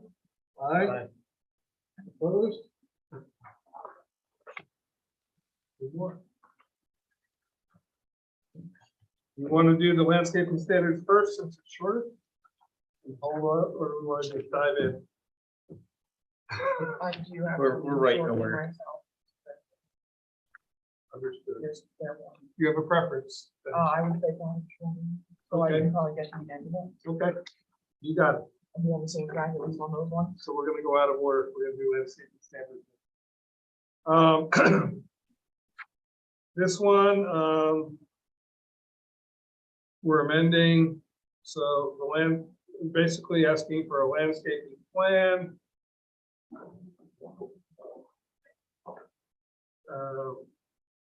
So any site plan or special use, they can ask for a landscaping plan. This is the purpose of it, pretty standard, preserving existing features.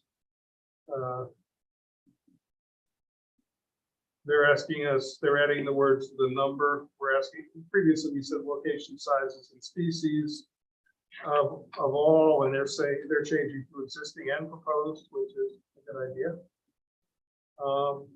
The tree, no tree of 6 inches or more diameter at 4 feet from the ground shall be removed, or any change of grade in the land affected until approval of the final site plan has been granted. Removal of invasive species is okay. And all trees on the plat required to be retained shall be preserved, and all trees shall be welled and protected against any change of grade. And the plat shall further indicate all trees marked for retention and the location of all proposed shade trees. Basically, they're saying anything that's 6 inches or more in diameter at 4 feet, that's a fairly small tree, but I don't know. What standard did they use to come up with that? I'm trying to remember. I know we had, there was something. I have seen language like this Yeah. before. 6 inches at 4 feet is a standard. It also is a small tree. I mean, the six inches is essentially the width of your hand. I mean, that's probably, I don't know, I guess it's probably a 20-year-old tree. I mean, it is noteworthy enough that it's not going to be replaced easily. And again, this only has to do with site plan review or special use, like people Right. can remove trees from their property if Right. they're not going in. Correct. This is just part of that Um, process. Project. yeah. I think we leave it. Then C is just clarification. D is clarification. They're adding in stone walls and rock formations or historical features. I think that's a good idea.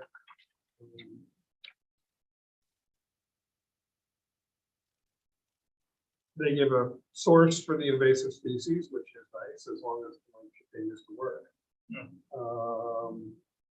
The next is just a punctuation clarification. E. So now in E, they're changing the shoulds to shalls. It makes it mandatory. Should was. But they did increase the shade trees to 6 inches from 3 for the ones that people are planting. I would agree, a 3-inch Right. caliper is not a very much. It's going to be a long time before that tree is a shade tree. I don't think I have any issues with changing the shoulds to shalls.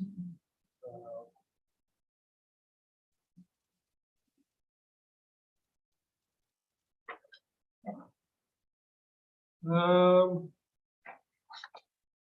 7 is just a preference for native and pollinator supporting species. Number 8 is that you should, retain them unless there's no alternative. Which is basically what we were saying, they're saying it a little different.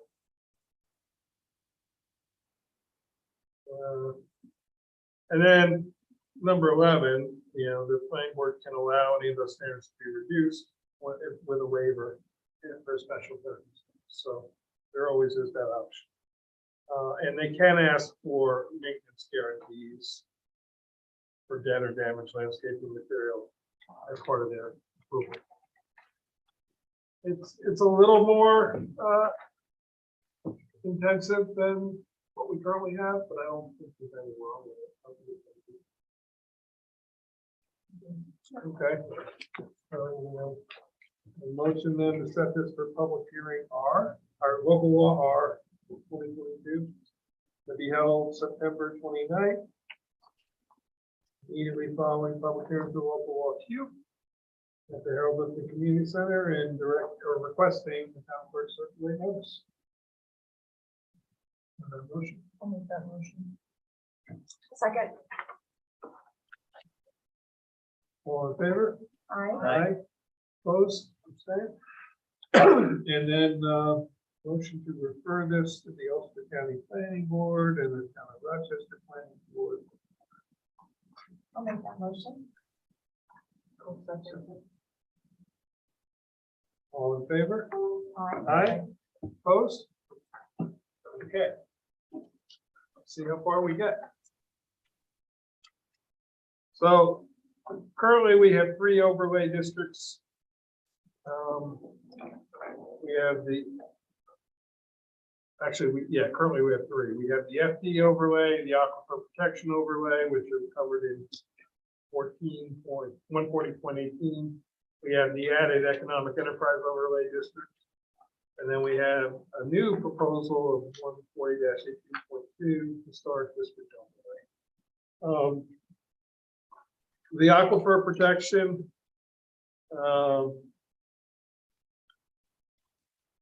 So they're removing the R1 from,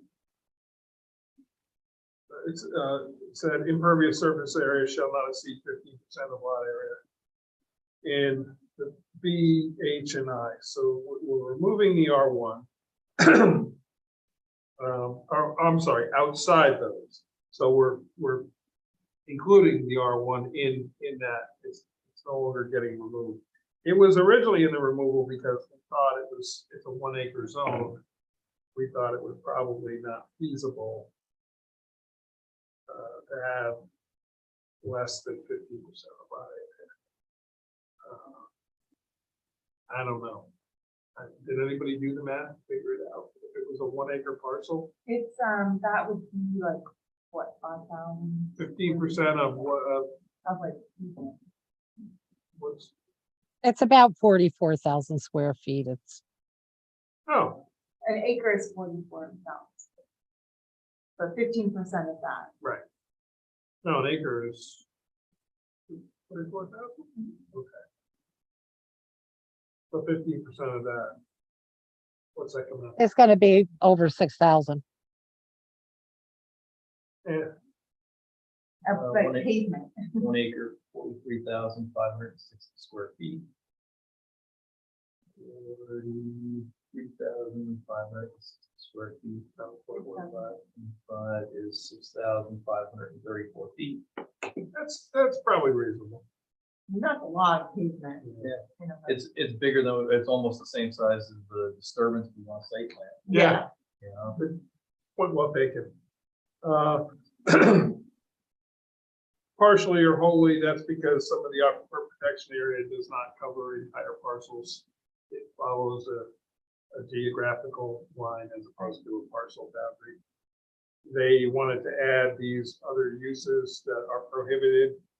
I don't think it's a problem. Does anybody see any of those as being potentially? They seem logical.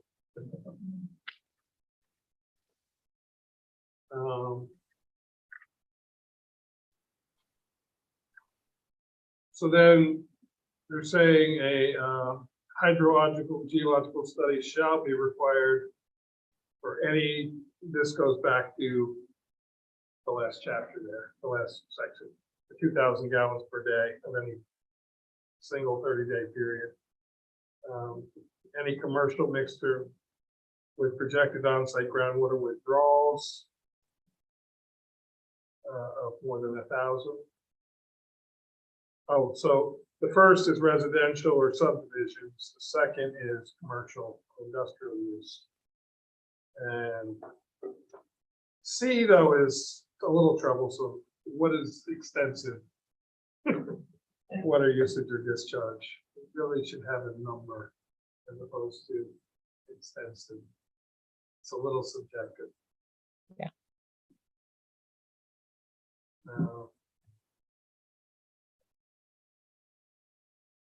I mean, we've already said any industrial use, and those uses are industrial uses. So the 1,000 gallons a day would apply, I would. Yeah. Should we just remove C? Yeah. Yeah. Because those are industrial uses. Yeah.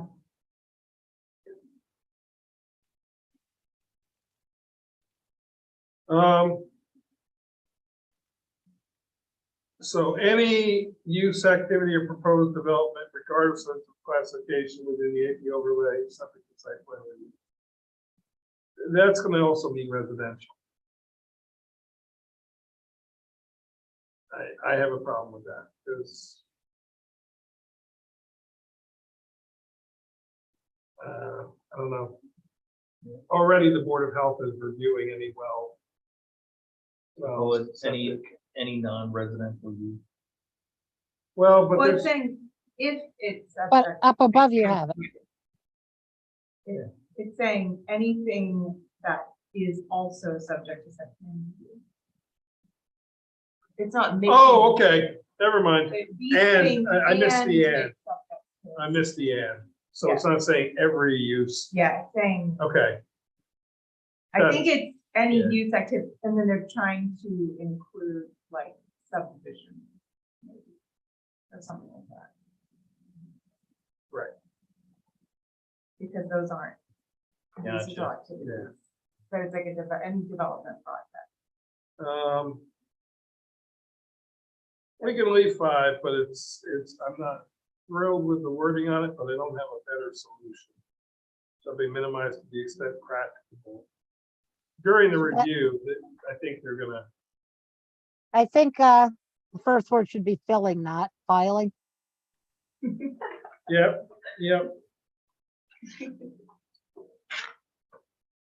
No.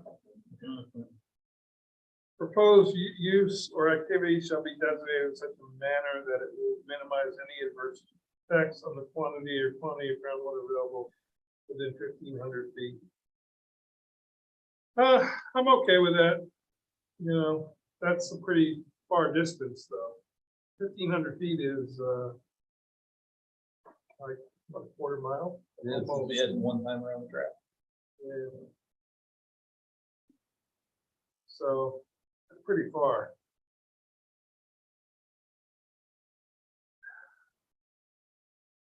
I'm not sure what this is saying.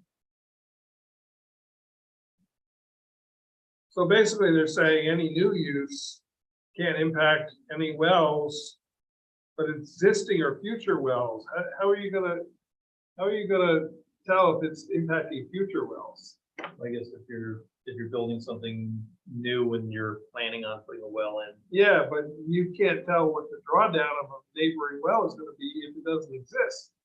It's I buried under think- the ground. I know I'm thinking they're thinking more of, hey, along with this building, we have to put in a well. No, I know what they're thinking, but you can't say it's gonna minimize the adverse effects of a future well, because you can't determine if it's impacting a future well, because A, you don't know where the well's gonna be, and B, it's not there to monitor. And you can only tell if it's gonna impact it if it's monitored. Yeah. Okay. Like with the Maybrook Lodge, they ran tests, a drawdown on all the neighboring wells. I got that, I understood that, but Any existing well. yeah, I think we take out the or future. Any, Yeah, I guess I don't know what could have adverse effects on quantity or quality if we're regulating drawdown and the prohibited uses. I'm just I don't know what the other impacts Yeah, are. we want to leave it and see what the feedback is, or we can always figure it out later, but I'm gonna take I out just the or don't know what future. it's. Yeah, or we could just take it out now. I understand what it's doing, but a hydrogeological study is gonna do exactly this. Oh, I guess maybe it's saying, maybe we leave it in, but maybe. Because you're doing the study, but then what do you do once you get the Right. results of the study? Okay. And this is just saying, Yeah. yeah, But we're taking out the future because you and can't. it's saying, yeah, I think I see what it's saying. Yeah. Okay. Then the B, the floodplain development overlay. We're just adding in the words 100-year.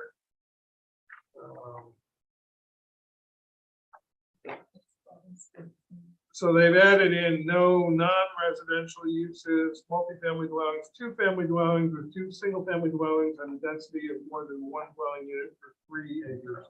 We currently are saying 2 shall be permitted. So no matter what the zoning district is in, if you're in the flood damage, flood overlay, we're saying you need 2 acres for your density as opposed to currently. They're proposing 3, and they're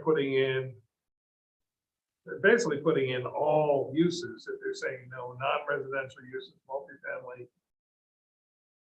or single-family dwellings. But the non-residential uses is a use of a property, not necessarily a dwelling.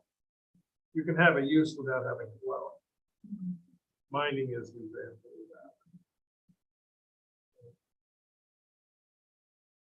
that.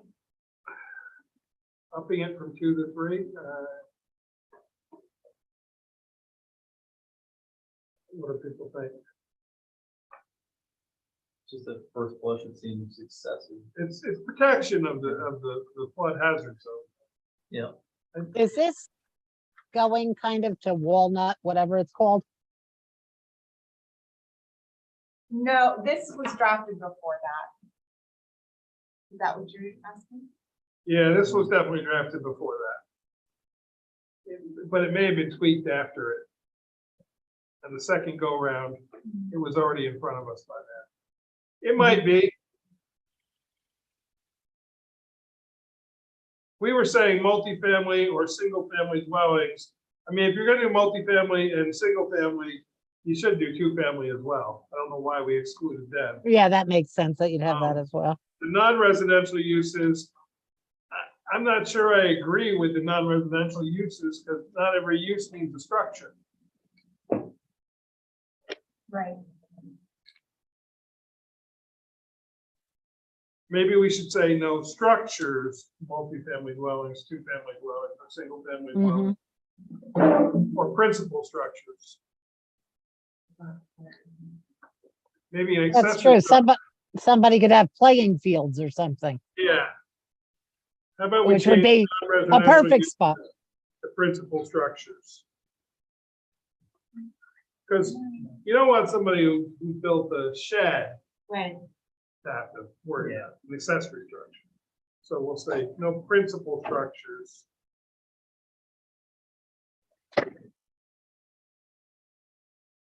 And then I'd be comfortable leaving it as for partially within development standards and regulations, the FD shall apply to the portion of the land within the FD district. Any building permits. Yeah, Mary Lou, you're right. This was written for Walnut Brook.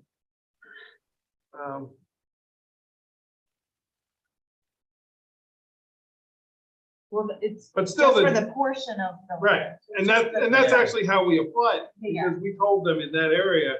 I mean, they still got the density. That density was included for the whole Right. property, but within that portion, they could only do one.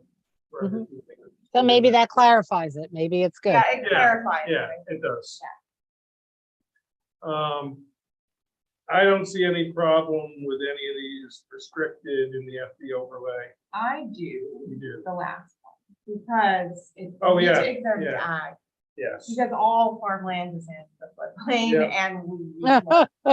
yeah, let's take out it. Or exempt ag, I mean. Or say, right, except for agricultural uses.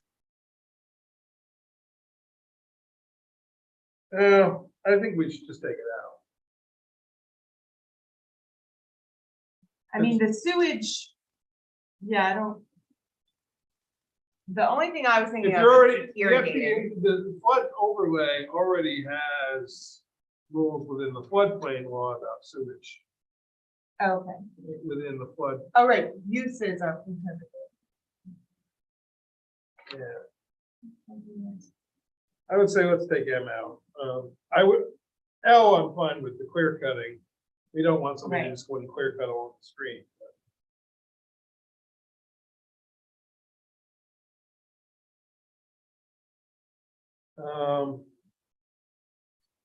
Two is fine, I think. And then the rest is all the same. And J is a good addition. Oh, this is the EEO. So Mary Lou, based on your opinion of the EEO, the way you read it, I don't think we need to clarify, right? Because we've already, it already is clarified.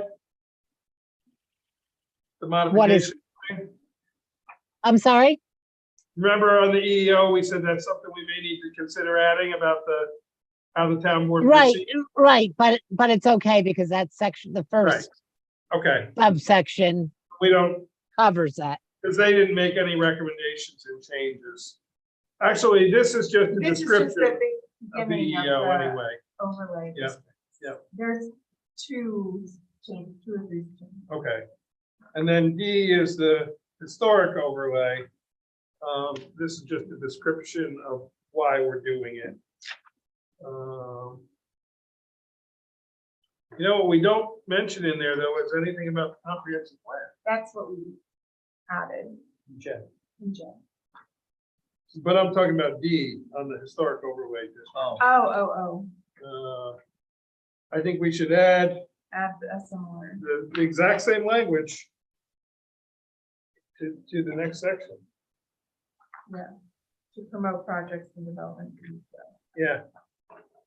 So I. we're gonna add J as I.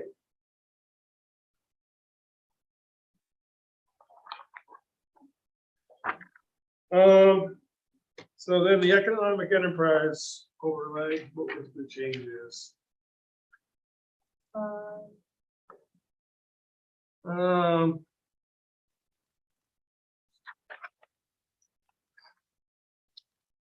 I don't think the town board needs that in the sketch plan, personally. The sketch plan is supposed to be, we're just doing a zoning district. That's all we're doing. That may need to be in the site plan for the ZBA, but I don't think we need to see that level of sketch plan at our level. Because all we're doing is changing the zoning, or not even changing, we're adding an overlay. That's a pretty specific ask. The BDD section that they've added. What's the current one say? Anything, or is this a Didn't we just add, We just have the conceptual plan in G. right? Well, yeah, I think there's a B in there. right? Or no, maybe there's not. I think everything got moved down one. Okay. I think and the it's the not correct red. C is the B, and it's not red. I mean, we do have in our conceptual plan, approximate location and outline of existing water bodies, streams, Yeah. marshes, or wetland areas, Yeah, and the yeah. respective classification, Yeah, approximate I- boundaries of any area subject to flooding or stormwater, and location and outline of existing vegetation clusters. Yeah. And then it says the identification of any that's other what we're gonna significant features. It's not a site. I feel like it's redundant. I think it's excessive personally. We've done it, and it says, take it out.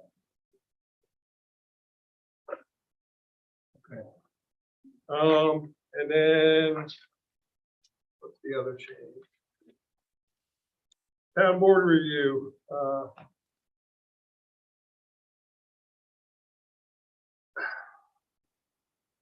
we have to hold a public hearing, so, but what it used to say is the town board shall have the discretion to reject the application Or, or to hold a public hearing. yeah, I think it's just Right. clarification. Yeah, but Except, I don't think it clarifies it. It says that no, you I have the think it should discretion to stay like reject, it was. and then it says you shall hold a public hearing, Yeah. which We would can mean you have reject it to, before we hold a public hearing. I think the way it was fine. This makes it sound like Yeah, even if we reject it, we have to have a public hearing. right. right, it sounds like you can reject it after a public hearing.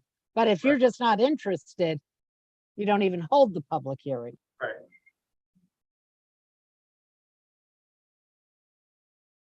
And I think 4 should stay as is. Maybe you want to put for 2, the town board shall have the discretion to reject the application outright or schedule a public hearing. Something like that. Okay. And then, so then 4, I'm gonna change back, saying if the town board decides to hold a public hearing. Yes.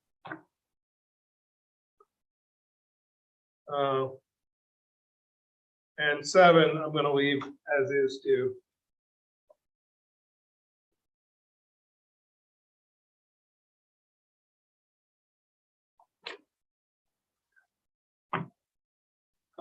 Regulations, all other overlay district regulations shall remain in place.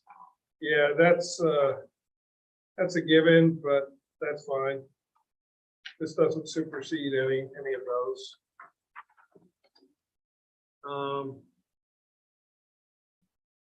They want to take out AR3.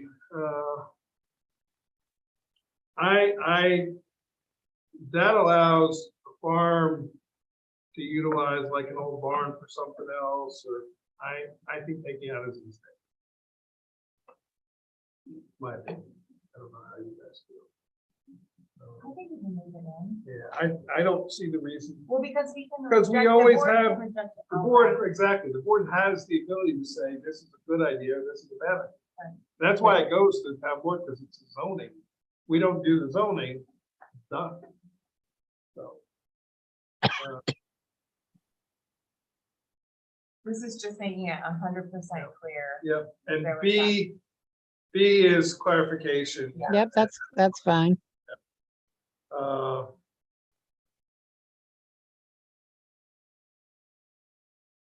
And then 4B, I'm fine with.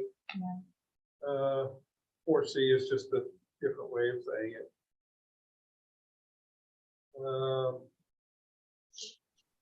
Following initial construction, any changes shall be, no, it still has to say other than use changes, because We just learned that. that's the town boards Right.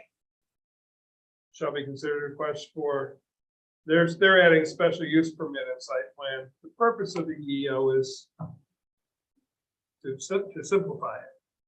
So we should keep it as site plan only, take out the special use permit in both places. Because it's already gotten a site plan review, so if there's an amendment, no further changes shall be permitted without a full reapplication. I think that should be removed too. I think it's just the way it was written is the intention of it.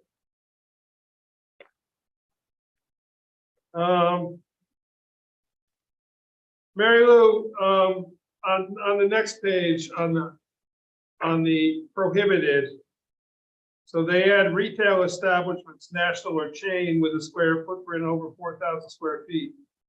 I don't think that that's legal. I don't think you can you single out something? as a- Yeah, They do in San Francisco, by the way. They have a city ordinance, no chain anything. in the city of San Francisco. So there's no Starbucks, there's no Walmarts, there's no. You know, again, we're still in the EEO. You guys can just say no. Right.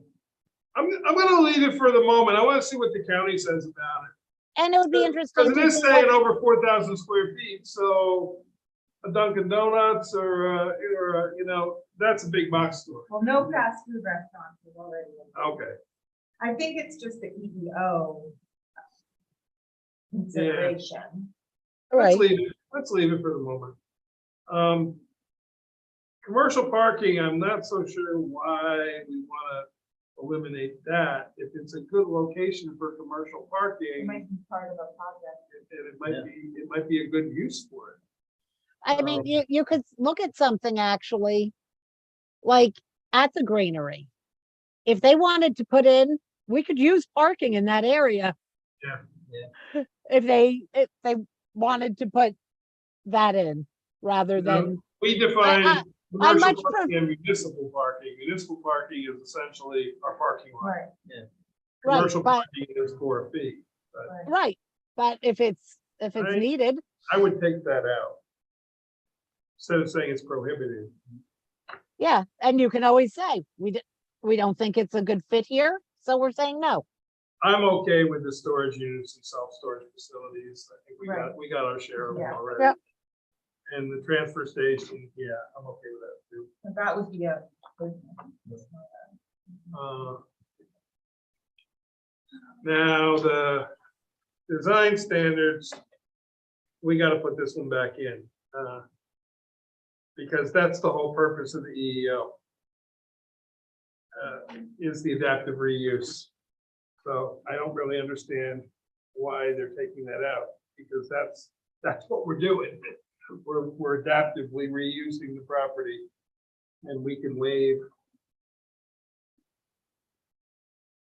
Yep. So.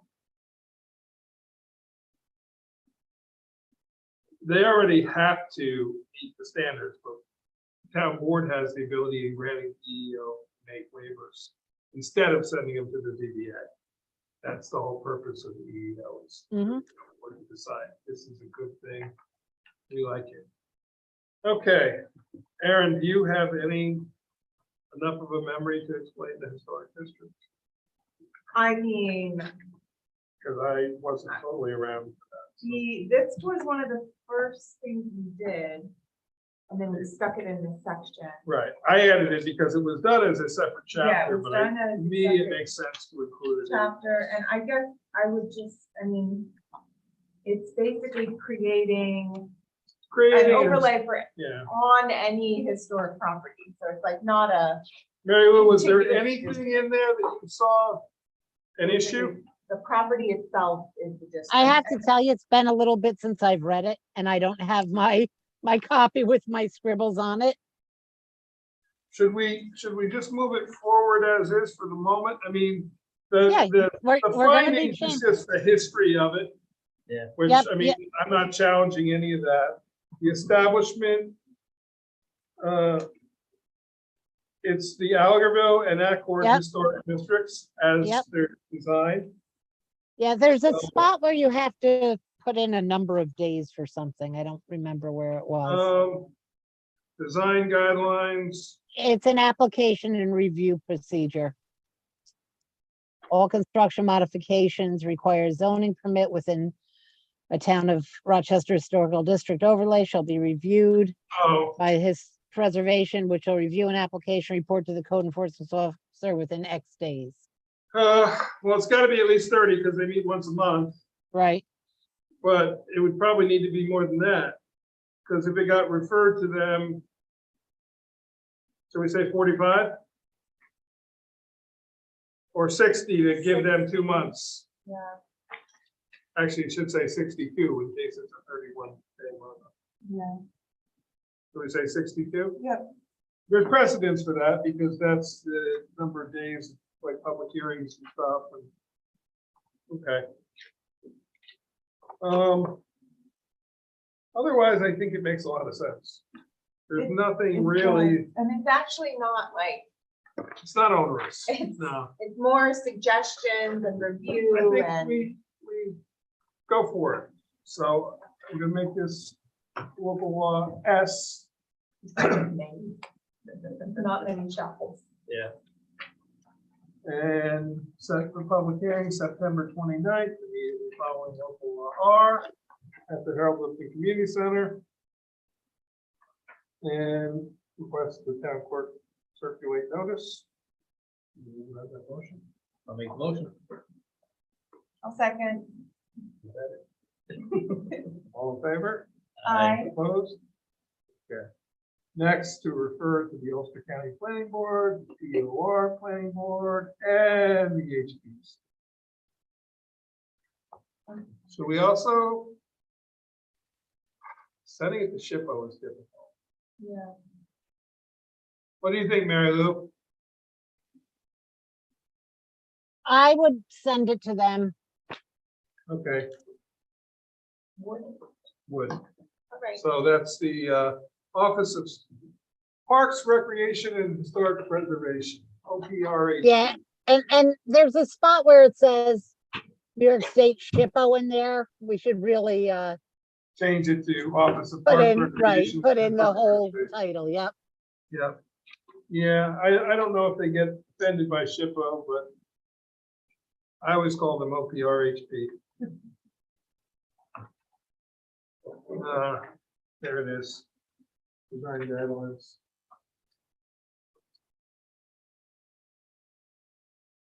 I'll do a search anywhere it says SHPO, I'll correct it.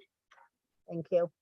So I've got then a second motion to refer to the Ulster County Planning Board, the Town of Rochester Planning Board, the Town of Rochester Historic Preservation, and the State Office of Parks, Recreation, and Historic Preservation. I'll make that motion. I'll second. So I can't cut and paste the motions. Thanks. All in favor? Aye. Opposed? That way you know. It's good. Okay. Making great progress. Next, I ask for a motion that we go into executive session at 8:55 PM. For the purposes of discussion of matters leading to the employment of particular persons involving the assessor's office. Discussion of matters leading to the appointment, employment, or promotion of particular persons involving the justice court. Discussion of the financial and employment history of a particular corporation. Discussion of collective negotiations pursuant to Article 14 of the Civil Service Law. Discussion of matters leading to the dismissal of a particular person involving the planning board. And discussion of the financial employment history of a particular corporation. I'll make that motion. And I'll second. Just a lot of things we need to talk about, they all involve people. Okay. So Aaron and Adam, all in favor? Aye. Aye. Opposed? Abstained. Okay. So I will And- end the YouTube. Good night, everyone. Oh, wait. I'm not gonna leave the meeting though. Oh, I'm gonna stop recording. so I should stop. YouTube. No, we still need Mary Lou, so I'm gonna stop recording. Can I just stop? And you